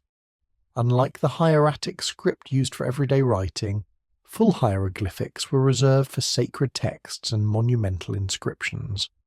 Learning them required years of study. "This sign," Amenemhotep pointed with a wooden stylus, "appears to be a simple bird. But which bird? Is it the vulture, which represents the sound A, the owl, which represents M, the ibis, which represents the god Thoth, the falcon, which represents Horus?" Context determines meaning. That is the first principle of reading sacred texts. Context is everything. The students nodded, though their expression suggested confusion. Hieroglyphic writing was maddeningly complex. Signs could represent sounds, entire words, or serve as semantic determinatives that clarified meaning without being pronounced. A single text might contain hundreds of different signs, each with multiple possible meanings. "Why don't we simplify the writing system?" one bold student asked. "Why maintain such complexity?" And Menemopet smiled. "The complexity is intentional. Sacred knowledge should not be easily accessible. If anyone could read the most powerful spells, if anyone could access the deepest mysteries, chaos would result. The difficulty of the script is a filter. It ensures that only those with dedication, intelligence, and proper training can access dangerous knowledge." In another room of the House of Life, a different kind of knowledge was being pursued. Here, priest-physicians studied anatomy using the bodies of the deceased, learned to set broken bones, practiced surgery on animals before attempting it on humans, and compiled their medical observations into systematic treatises. Pakred, a master physician, demonstrated a surgical procedure to 3 apprentices. Before them lay a clay model of a human head, marked with lines indicating where incisions could safely be made. The skull protects the brain, which is the seat of, well, we're not entirely sure what the brain does actually. Perhaps it produces mucus, but regardless, the skull is hard and cannot be easily opened. However, if you must trepan, drill into the skull. To relieve pressure from a head injury, you must do so here, he pointed, away from the major blood vessels. Drill slowly. Stop if you encounter resistance. The patient must be given mandrake and hemp to dull the pain. One apprentice raised his hand. "Master, I've heard that some physicians believe the heart, not the brain, is the center of consciousness," which is correct. "Both theories have merit," Pakred replied. "The heart clearly responds to emotions. It races when we're frightened, slows when we're calm. Blood flows from it to all parts of the body. This suggests centrality, but head injuries affect thinking and personality, which suggests the brain is important too.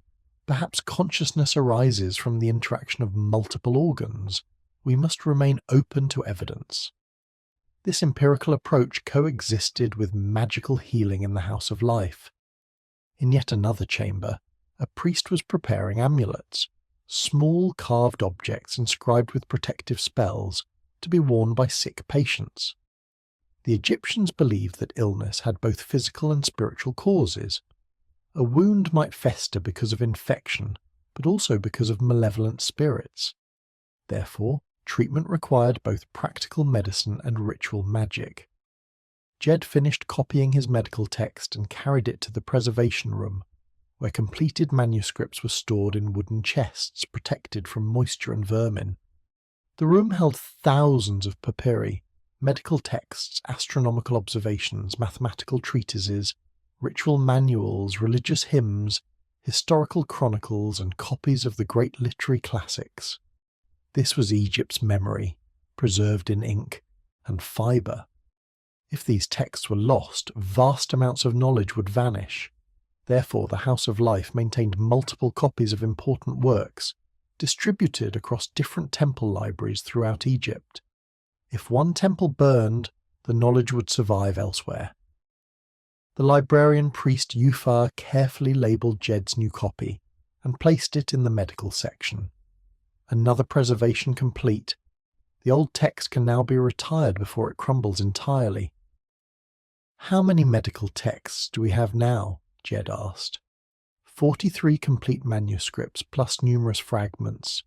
We have the Edwin Smith Surgical Papyrus, the Ebers Medical Papyrus, the Cahun Gynecological Papyrus, the Hurst Medical Papyrus, each representing generations of accumulated knowledge. And how much of this knowledge is actually used by practicing physicians? Yufar shrugged. Perhaps a third, maybe less. Most physicians learn through apprenticeship, not by reading texts. These manuscripts are primarily for training the most advanced practitioners and for preserving knowledge that might otherwise be forgotten.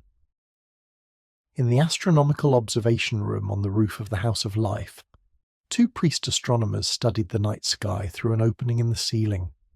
They were updating star charts, tracking the movements of planets, calculating the precise timing of stellar events that marked important dates in the religious calendar. "The star Sirius will rise just before dawn in 3 days," one astronomer announced. "This marks the beginning of the inundation season. The Nile will soon flood." "The calculations agree with previous observations," his colleague confirmed. "The cycle continues as predicted. The cosmos remains ordered." This astronomical knowledge served both practical and religious purposes. Farmers needed to know when to expect the flood. Priests needed to schedule festivals according to stellar events, and everyone needed reassurance that the cosmic order remained stable, that the predictable movements of the stars demonstrated that Ma'at still prevailed over chaos. As afternoon light slanted through the scriptorium windows, Jid took a break from his copying to teach a class on religious texts. 5 young priests sat before him, not children learning basic literacy, but educated adults pursuing advanced theological training. "Today we study the pyramid texts," Jed announced.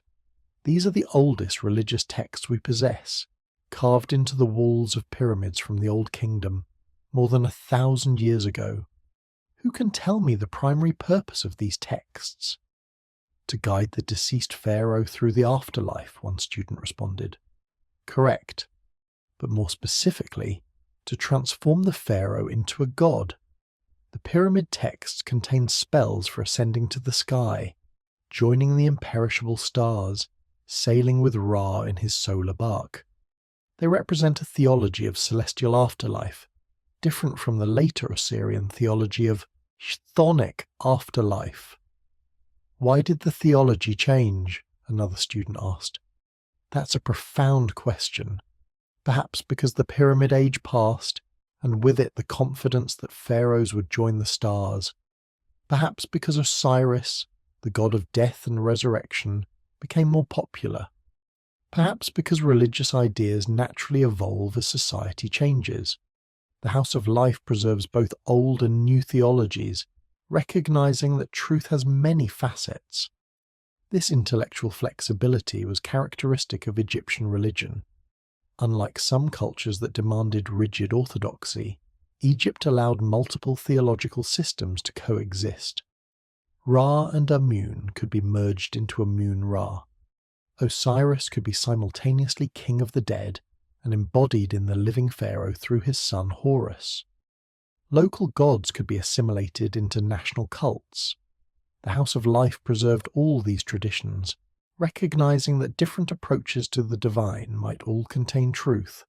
As the day drew to a close, Jed walked through the House of Life, checking that all lamps were extinguished, all manuscripts properly stored, all doors secured. This building represented something precious, the accumulated wisdom of civilization, the hard-won knowledge of generations, the careful observations of countless scholars. The rituals in the main temple maintained cosmic order through action, but the House of Life maintained it through knowledge. Both were necessary, both were sacred. Before leaving, Jed paused at the shrine to Thoth that stood in the central courtyard. He poured a small libation of water and spoke a brief prayer. "Thoth, Lord of wisdom, keeper of secrets, master of words, preserve this house and all the knowledge it contains. Guide our hands as we write, our minds as we study, our hearts as we teach. Let truth prevail, let knowledge endure, let wisdom illuminate the darkness." The god, if he heard, made no visible response, but Jed felt confident that his prayer had been received. The House of Life had stood for centuries. With careful stewardship, it would stand for centuries more, a beacon of learning in a world that desperately needed wisdom. The second day of the Opet festival dawned with the pharaoh Thutmosis III, preparing not for ceremony but for administration. While the public celebrations continued in the streets, the divine king had duties that extended beyond ritual. He was not merely a religious figurehead, but the supreme executive of the Egyptian state, responsible for military campaigns, building projects, economic management, and the appointment of officials. This morning, he would inspect the construction of his new mortuary temple on the west bank of the Nile, the temple that would serve as his cult centre after death, ensuring his eternal veneration and the continuation of offerings to his Ka. Vizier Rekhmir accompanied him, along with a retinue of officials, guards, and scribes. They crossed the Nile in the royal barge, a magnificent vessel with a gilded cabin and banks of oarsmen. The pharaoh stood at the prow, looking out over the river that was the lifeblood of Egypt. The inundation had begun, the annual flood that brought fertile silt from the heart of Africa to renew Egypt's fields. The water was rising, turning from green to reddish-brown with suspended sediment. "The flood comes early this year," Tuthmosis observed. "Yes, Divine One," Rekhmir replied. "The Nilometer shows 16 cubits and rising. We expect an excellent harvest, perhaps the best in 5 years. Then taxes should be increased proportionally, but ensure the increase is fair. I want no peasants starving to fill my granaries. Mayat requires that prosperity be shared, not hoarded." "It shall be as you command, Divine One." They reached the west bank and disembarked at the construction site. Here, hundreds of workers laboured on the temple, quarrying stone, dragging massive blocks on sledges, carving reliefs, painting columns. The site was a controlled chaos of activity, overseen by the royal architect Inini and his team of foremen. Inini prostrated himself as the pharaoh approached. "Divine One, you honour us with your presence. The temple rises according to plan, the foundation is complete, the first row of columns is being erected. We expect completion within 3 years."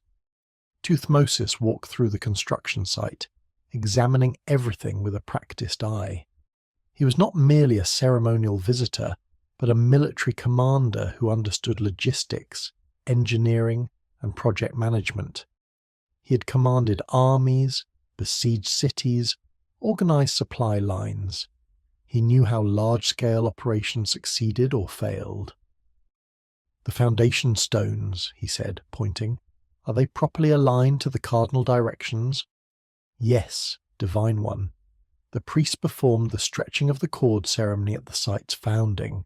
The temple is oriented precisely east-west, aligned with the rising and setting sun.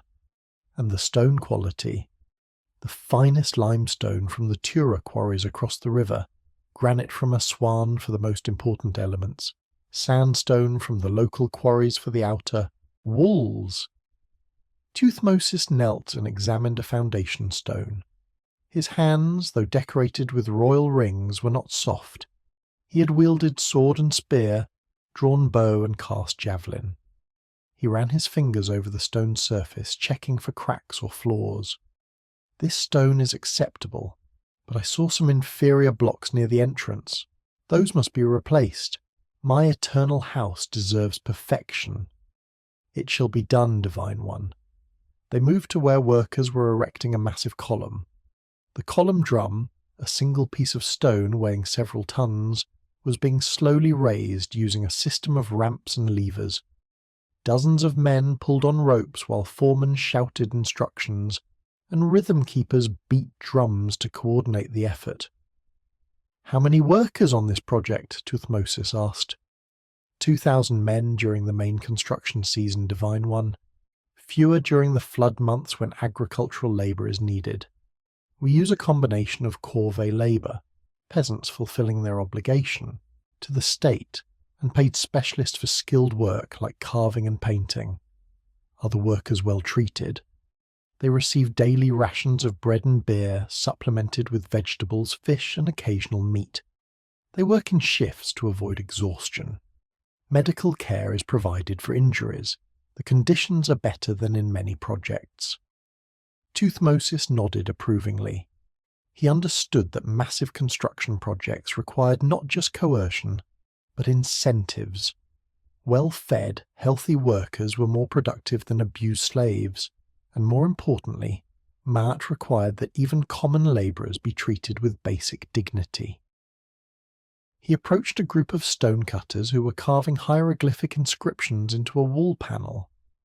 They were creating a text describing his military victories, his piety to the gods, his building projects, the eternal record of his reign. One inscription caught his attention.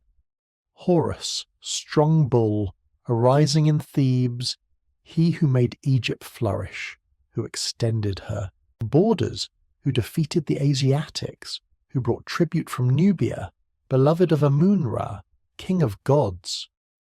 The text is accurate, Thutmosis said, but add this, who maintained Maat, who judged justly, who protected the weak against the strong, who made Egypt prosperous under his rule. Let future generations know that I was not merely a warrior, but a just king. The head scribe bowed. It shall be inscribed as you command, Divine One.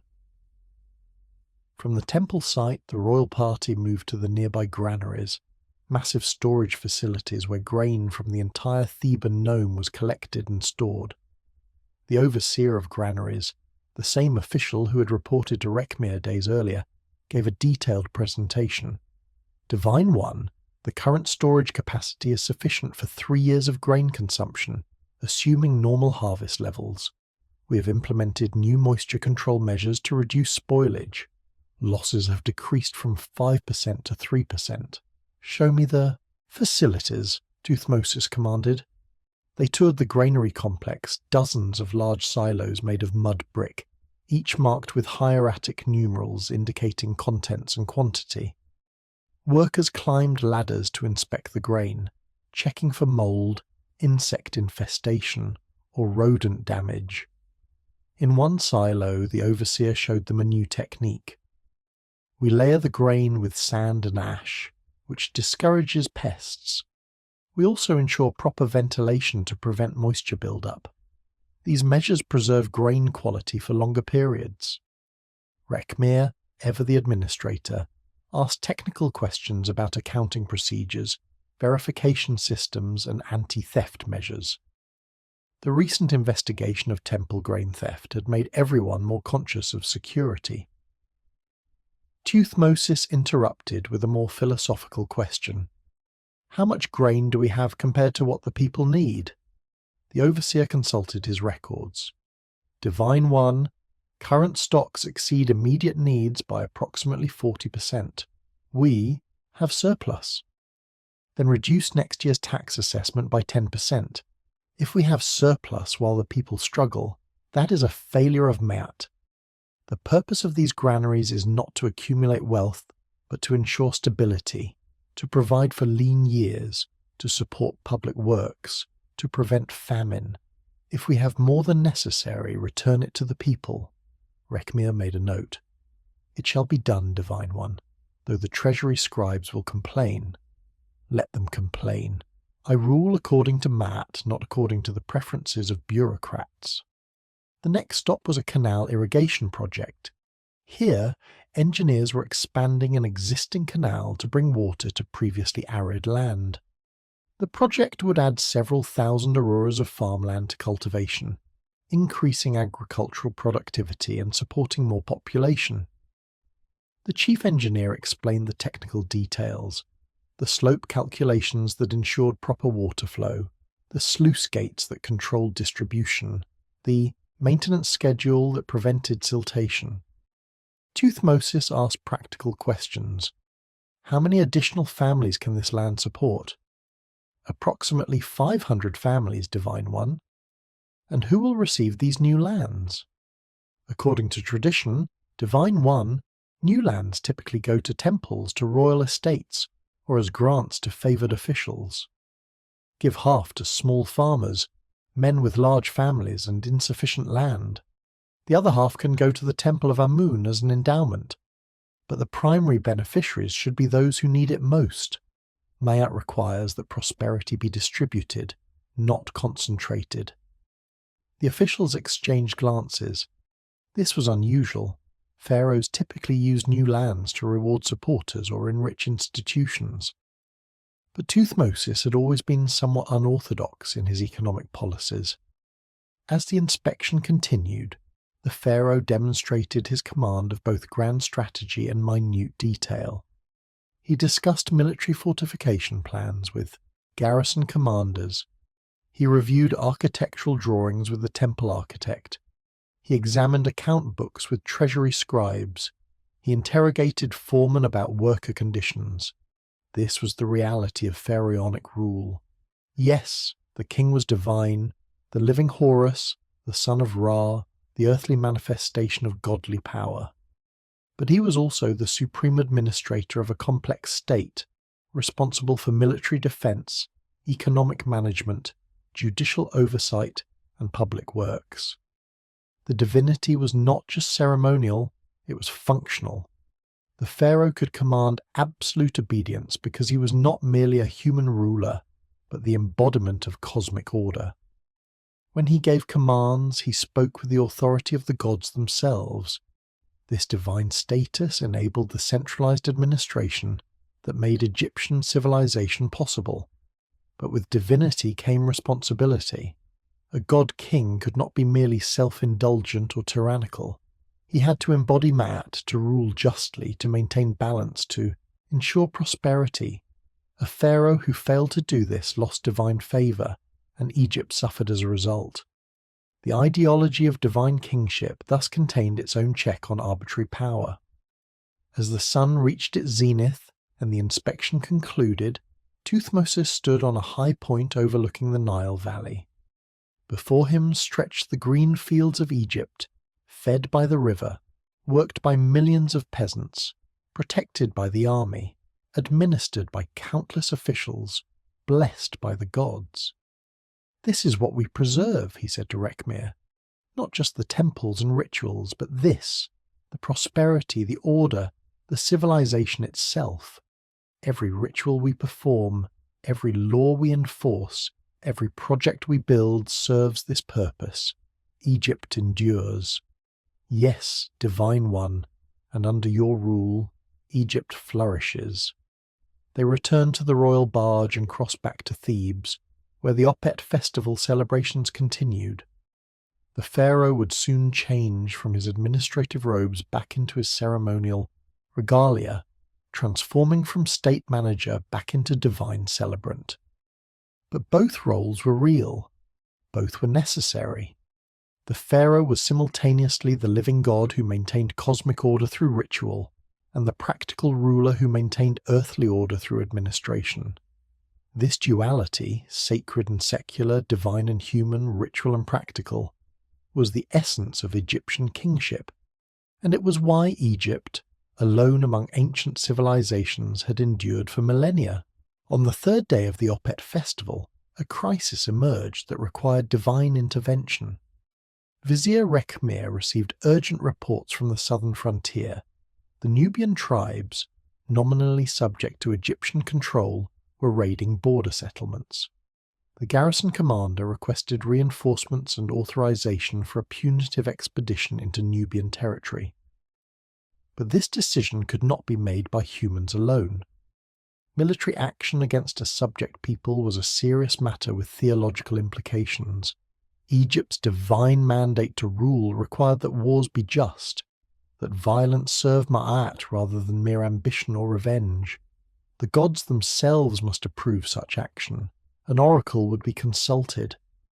Rekhmir brought the matter to High Priest Amenemhat, who in turn consulted with the pharaoh. Together they prepared for the oracle ceremony, one of the most dramatic and politically significant rituals in Egyptian religion. The oracle would take place during the afternoon, procession, when the sacred bark of Amun was being carried back to Karnak from the Luxor temple. Thousands of people lined the processional route, and the oracle would be public, witnessed by the entire community. This was important. The legitimacy of the divine response depended on it being seen by many witnesses. Amenemhat prepared carefully. The oracle mechanism was well understood by the senior priests, though its exact workings were kept secret from the public. The god spoke through the movements of his sacred bark.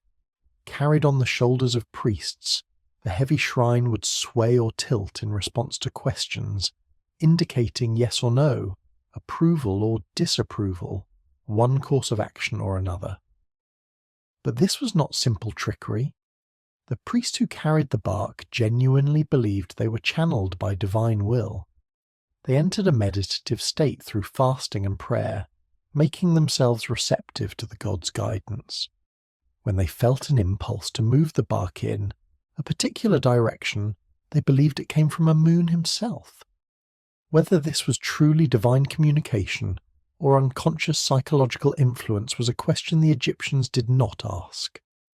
What mattered was that the oracle provided a mechanism for making difficult decisions, for achieving consensus, for sanctifying political choices with religious authority.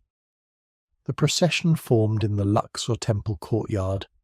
The bark of Amun, freshly adorned with flowers and streamers, rested on its carrying poles. 12 senior priests took their positions, men who had fasted for 3 days, purified themselves repeatedly, and spent the night in prayer and meditation. Amenemhat stood before the bark and addressed it formally.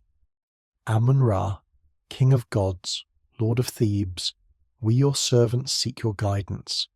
A question has arisen that requires divine wisdom. We ask that you make your will known through sacred movement. Guide us according to Ma'at. Show us the path of righteousness. The crowd fell silent. Even the musicians stopped playing. Everyone understood they were about to witness something extraordinary. Direct communication between the divine and human realms. Rekhmir stepped forward, carrying a papyrus with the question written in formal hieratic script. He read aloud, Divine Amun, the Nubian tribes of the southern frontier have violated their oaths of peace. They raid our settlements, kill our people, steal our cattle. The garrison commander requests permission to lead a punitive expedition into Nubian territory to punish the raiders and restore order. Does this action have your blessing? The priests lifted the bark onto their shoulders. For a long moment nothing happened. The bark remained motionless, the god silent. The crowd held its breath.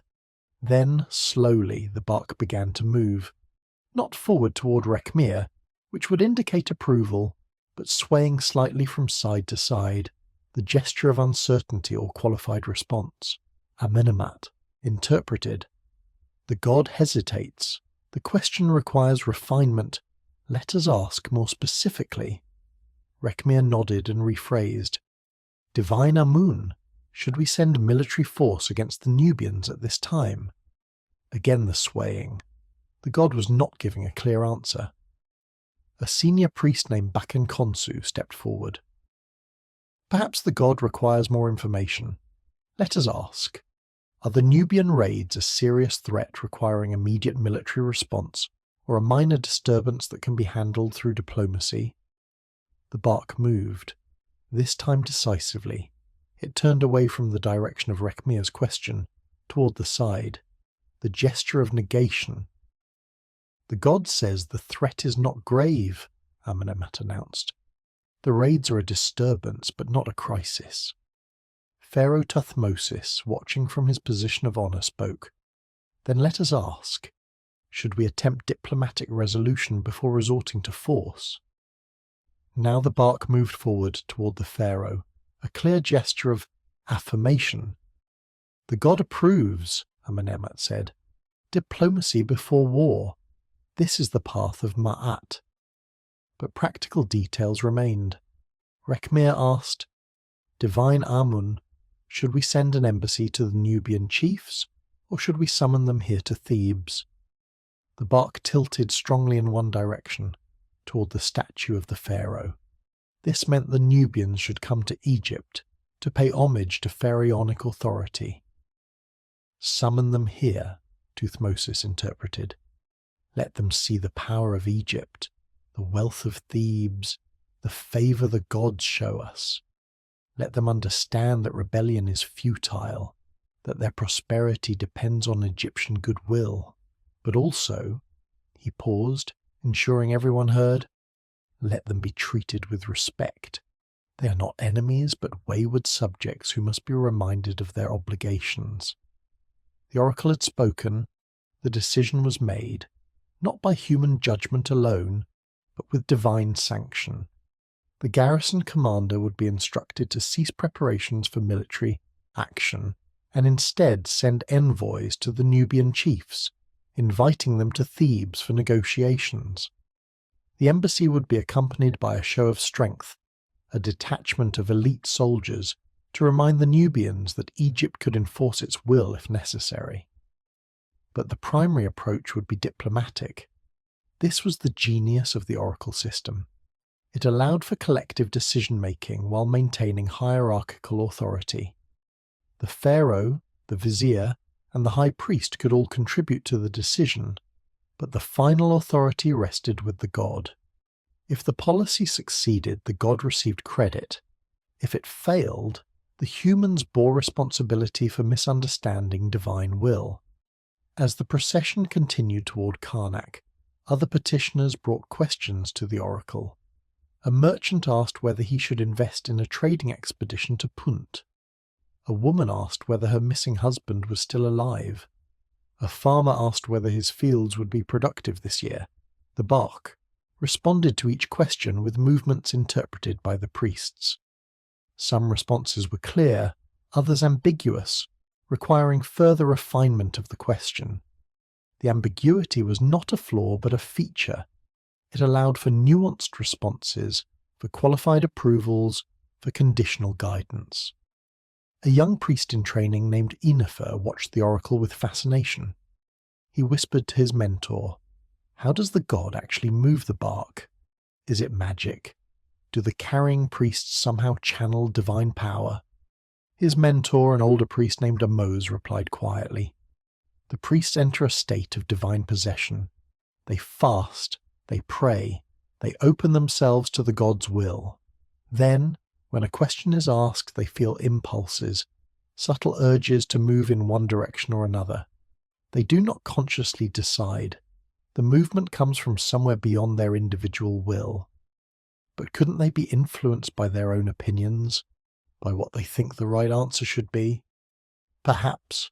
That's why we choose carriers carefully, men known for piety and integrity, men who have no personal interest in the outcomes. And the movements must be unanimous. If even one carrier resists an impulse, the bark won't move. This ensures genuine consensus, whether divine or collective unconscious. But what if the oracle gives bad advice?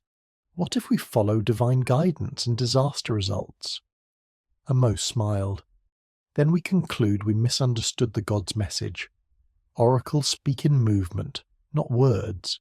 Interpretation is always required.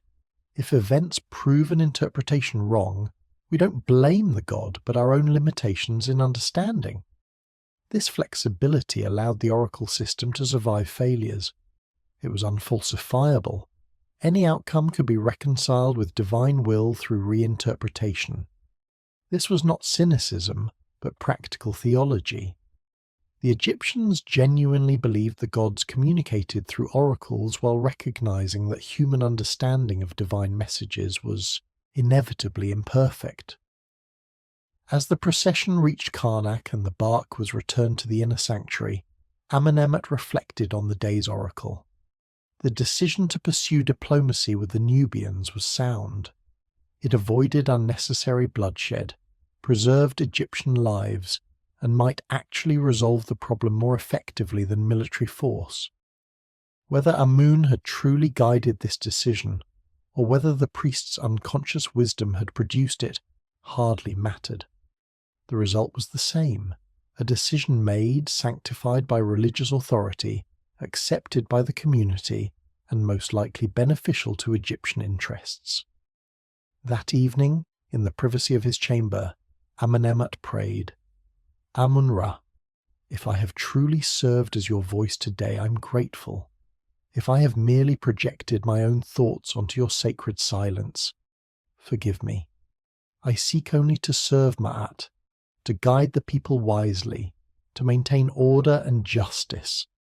Whether through your direct intervention or through the wisdom you have granted us, let your will be done." The god, as always, did not answer in words. but Amenemhat felt a sense of peace, a confidence that today's decisions had been right. Whether that confidence came from divine reassurance or from his own conscience, he chose to interpret it as divine approval. The oracle system exemplified Egyptian religion's practical genius. It combined genuine spiritual belief with sophisticated political theatre. It provided psychological reassurance for difficult decisions. It created legitimacy for controversial policies. It unified the community around shared religious experience, and it worked. For thousands of years, Egyptian civilization thrived using oracles to guide major decisions. The system was not perfect, no human institution is, but it was effective. It channeled collective wisdom through a religious framework that everyone accepted. Mayat was maintained not just through force or law, but through belief, shared conviction that the gods watched over Egypt, that divine will could be known, that humans could align themselves with cosmic order. The oracle was one of many mechanisms for maintaining that belief, and belief, ultimately, was what held civilization together. As darkness fell over Thebes on the final evening of the Opet festival, a different kind of ritual began, one performed away from public view, in the deepest recesses of the temple, where only the highest priest could enter. These were the protective rituals against the forces of chaos that threatened to overwhelm the world during the dangerous hours of night. Amenemhat stood in the inner sanctuary, now lit only by oil lamps that cast flickering shadows on the walls covered with hieroglyphic spells. Around him gathered the senior priests of Amun's temple, the second prophet Userhat, the third prophet Bakenkonsu, the fourth prophet Amenemopet, and 12 lector priests who knew the most powerful incantations. The night rituals served a cosmic purpose. The Egyptians believed that each night, as Ra's solar bark journeyed through the underworld, it was attacked by Apophis, the great serpent of chaos who sought to devour the sun and return the universe to the primordial darkness from which it had emerged. Only through the combined efforts of gods and humans could Ra survive this nightly battle and rise again at dawn. "Brothers," Amenemhat began, "we gather to perform the sacred duty passed down through countless generations. Tonight, as every night, we stand guard against Isfet. We protect Ra in his journey. We ensure the sun will rise. We maintain Mayat against the eternal threat of chaos." The priests formed a circle around a sand table in the centre of the sanctuary. On this table, they had drawn a representation of the underworld, the 12 hours of night depicted as a winding path through darkness, populated by demons, monsters, and the coiled form of Apophis. The ritual began with purification. Each priest washed his hands in sacred water, burned incense, and spoke words of protection. "I am pure, I am pure, I am pure. I am pure as Ra is pure. I stand against chaos. I embody Ma'at."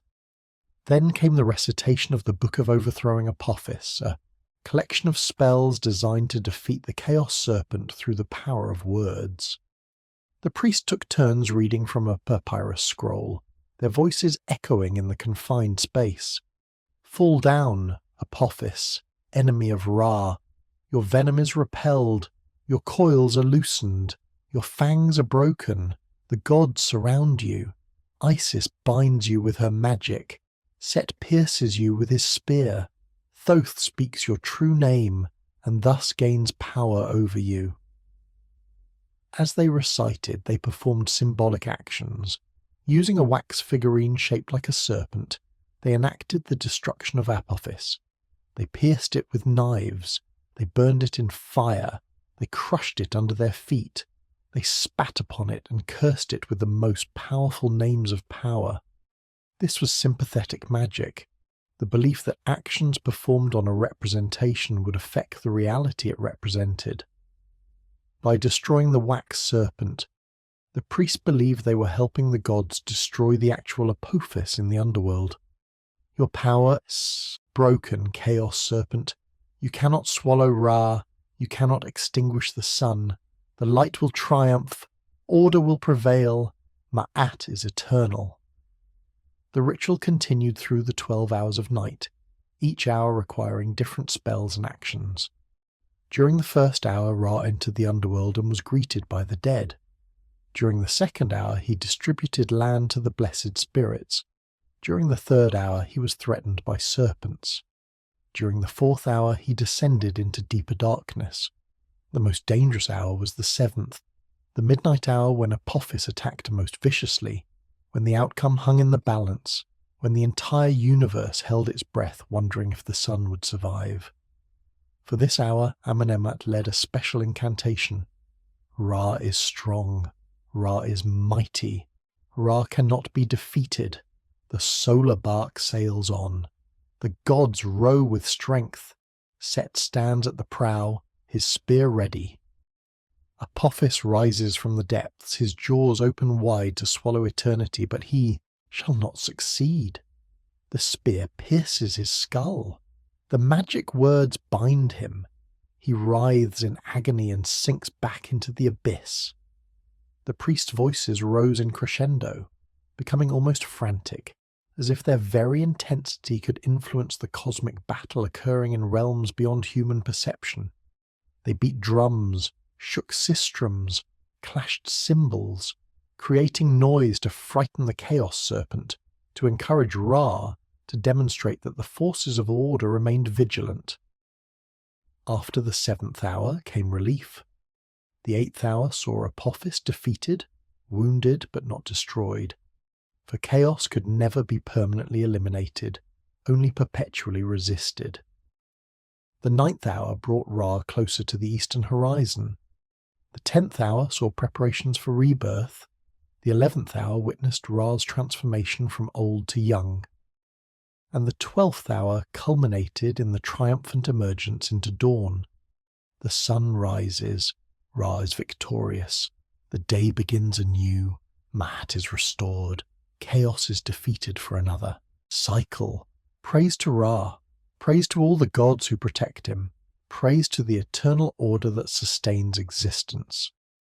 The ritual concluded with offerings: bread, beer, meat, fruits placed before the statue of Amun Ra in gratitude for the sun's survival. The priests knew that tomorrow night they would have to perform the same rituals again, and the night after that, and every night forever.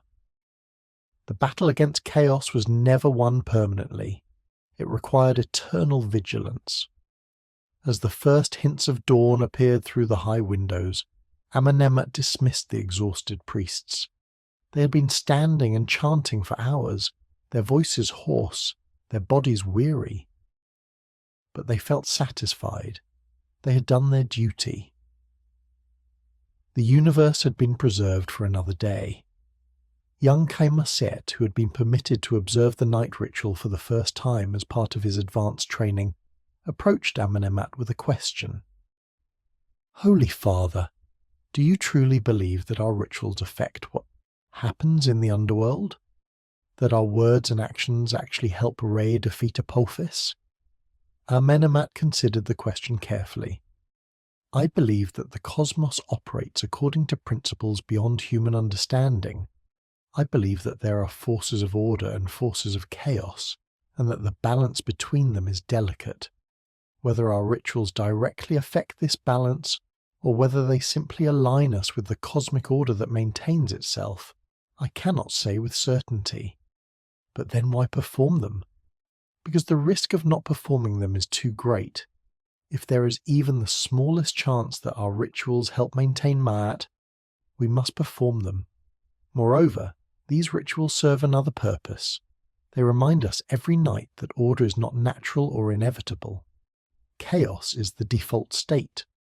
Order requires constant effort, constant vigilance, constant renewal. This is true not just cosmically, but socially. Egypt endures because we work to maintain it, just as Ra endures, because the gods work to protect him. Kaimaset nodded slowly, beginning to understand. The night rituals were not just about cosmic battles in distant realms. They were about instilling in the priesthood a sense of responsibility for maintaining order in all its forms: cosmic, political, social, moral. As dawn broke fully and the morning ritual began, the same ritual with which this story opened, Amenemhat felt the profound continuity of Egyptian civilization. Generation after generation of priests had performed these same rituals. Dynasty after dynasty of pharaohs had maintained these same traditions. Millennium after millennium, Egypt had endured. The secret of that endurance was this: the recognition that order was not automatic, that civilization required constant maintenance, that every generation had to renew the work of their ancestors. The night rituals embodied this understanding. They were not performed once and completed, but repeated endlessly, not because the Egyptians were mindlessly traditional, but because they understood a profound truth, that the forces of chaos never rest, and therefore neither can the forces of order. In a secret chamber beneath the main temple, accessible only through a hidden passage known to the highest priests, a ritual of succession was taking place. Prince Amenhotep, eldest son of Pharaoh Thutmose III, was being prepared to assume his father's divine role, not immediately, but eventually, when the gods called his father to join the imperishable stars. The prince was 17 years old, already trained in military arts, educated in administrative skills, and versed in religious protocols. But there were mysteries reserved only for those who had become pharaoh, secrets passed from king to king since the time of Nama, who first united the two lands. High priest Amenemhat stood before the prince, flanked by Vizier Rekhmir and 4 senior priests. The chamber was illuminated by 7 lamps, their flames representing the 7 sacred oils of kingship. On the walls, painted in colours still vivid despite great age, were scenes depicting the divine birth of the king, how each pharaoh was literally the son of Amun-Ra, conceived when the god took the form of the reigning king and visited the queen. Prince Amenhotep, Amenemhat intoned, "You stand at the threshold of the greatest mystery.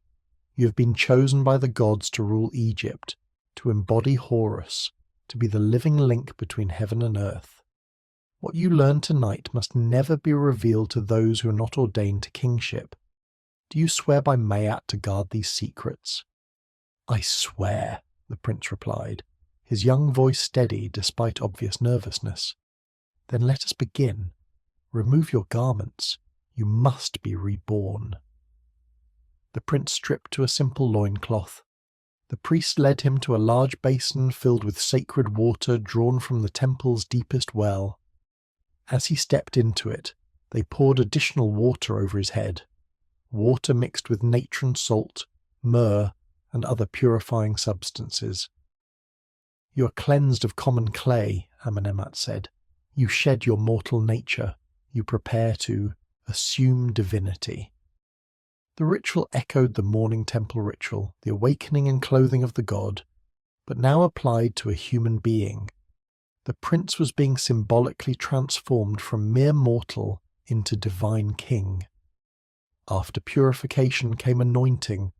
The 7 sacred oils were applied to his body in specific order: cedar oil for strength, myrrh for permanence, lily oil for purity, frankincense for holiness, cinnamon oil for sweetness, olive oil for peace, and finally a mysterious oil whose composition was known only to the highest priests, called simply the divine essence.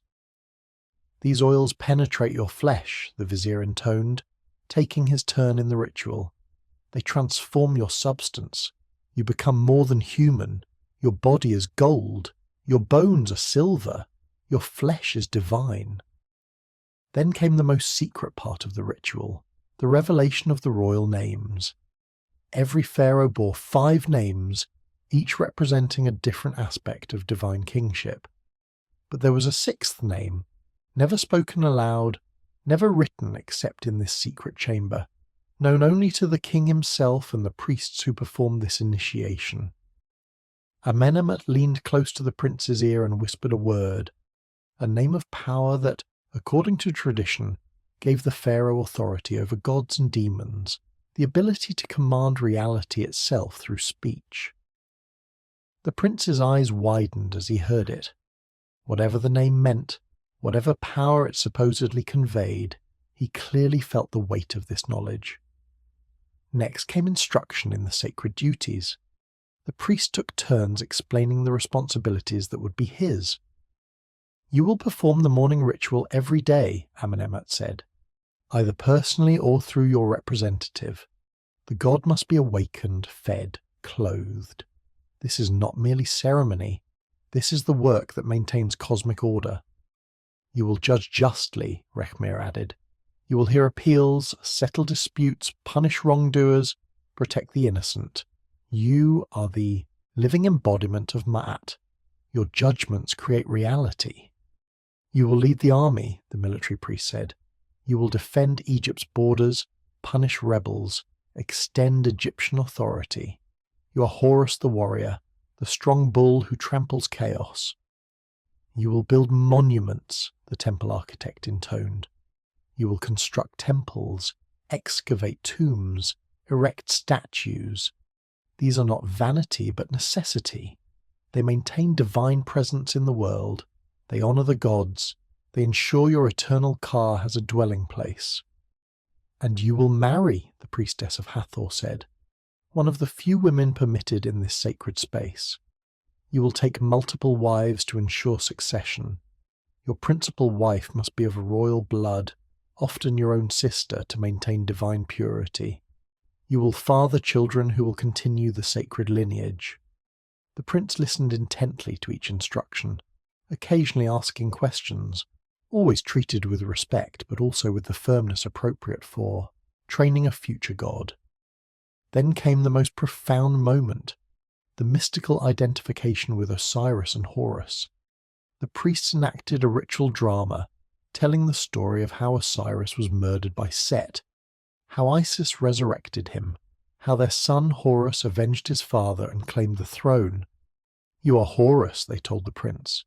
"Your father is Osiris, not just the current pharaoh but the eternal principle of deceased kingship. When your father dies, he becomes Osiris. You become Horus. This is the eternal cycle. Every king dies and becomes Osiris. Every crown prince becomes Horus and claims the throne. This has happened since the beginning. This will happen until the end." To make this concrete, they had the prince lie down on a stone slab shaped like a mummy, his arms crossed over his chest like the dead. They covered him with a shroud and recited the spells of resurrection. "Awaken, Osiris! Rise, Horus! Claim your throne! The kingship is yours by divine right. None can contest. Your authority! The gods bow before you. Egypt is yours." The prince rose from the slab, symbolically reborn. The priest dressed him in royal regalia, not his father's actual crown, which he could not yet wear, but a practice version. They placed the crook and flail in his hands, positioned him on a throne, and prostrated themselves. "Life, prosperity, health to the king," they chanted. "Lord of the two lands, ruler of Upper and Lower Egypt, son of Rap, living Horus, may you reign forever." For a brief moment the prince experienced what it would be like to be pharaoh, the absolute authority, the divine nature, the awesome responsibility. Then the ritual ended, the regalia was removed, and he was merely a prince again. But he was a prince transformed. He now understood at a visceral level what kingship meant. He had experienced the weight of divine office. He was prepared, psychologically, spiritually, and practically, for the day when his father would join Osiris and he would ascend the throne. As the ritual concluded and they emerged from the secret chamber into the pre-dawn darkness, Amenemhat spoke privately with the prince. "You have seen the mystery of kingship. You have felt its power. You have accepted its burden. Remember always, you do not rule for yourself but for Ma'at. You're not free to do as you please, but bound to do what is right.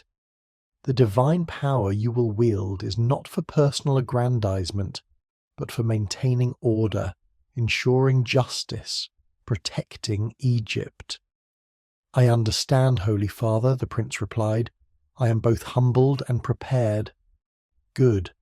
Then when your time comes, may it be many years hence, you will rule well. Egypt will prosper under your reign. Ma'at will prevail. Above them, the first light of dawn touched the eastern horizon. Soon Amenemhat would perform the morning ritual again, beginning another cycle of cosmic maintenance. Soon the vizier would convene his court and handle another day's administrative tasks. Soon the scribes would resume their record-keeping, the priests their ceremonies, the workers their labour. The great machine of Egyptian civilization would continue its operation, sustained by ritual and administration, by religion and bureaucracy, by the constant interplay of sacred and secular, divine and human. And at the centre of it all, holding everything together through the mysterious alchemy of divine kingship, would be the pharaoh, part god, part human, part symbol, part administrator, forever maintaining the delicate balance called Ma'at. The story that began at dawn with a high priest awakening a god concluded at dawn with a prince prepared to become one.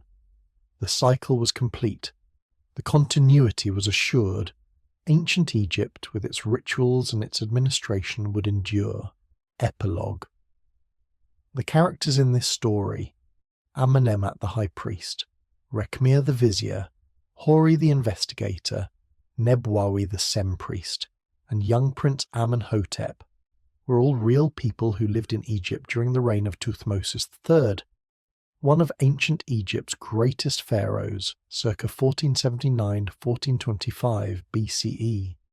The rituals described, from the daily awakening of the god to the opening of the mouth ceremony, from the Opet festival to the night rituals against Apophis, were all practiced for thousands of years in ancient Egypt. The administrative systems, the Kenbet courts, the granary management, the temple economy, the scribal bureaucracy, all functioned essentially as depicted here. Ancient Egypt's remarkable longevity, lasting over 3,000 years as a coherent civilization, resulted from this sophisticated integration of religious ritual and practical administration. The Egyptians understood that maintaining social order required both spiritual meaning and effective governance, both cosmic legitimacy and earthly justice. Truth, justice, harmony, balance was not merely an abstract ideal but a lived reality, maintained through countless small acts performed daily by priests, officials, scribes, judges, and workers. From the highest pharaoh to the lowest labourer, everyone had a role in preserving the order that kept chaos at bay.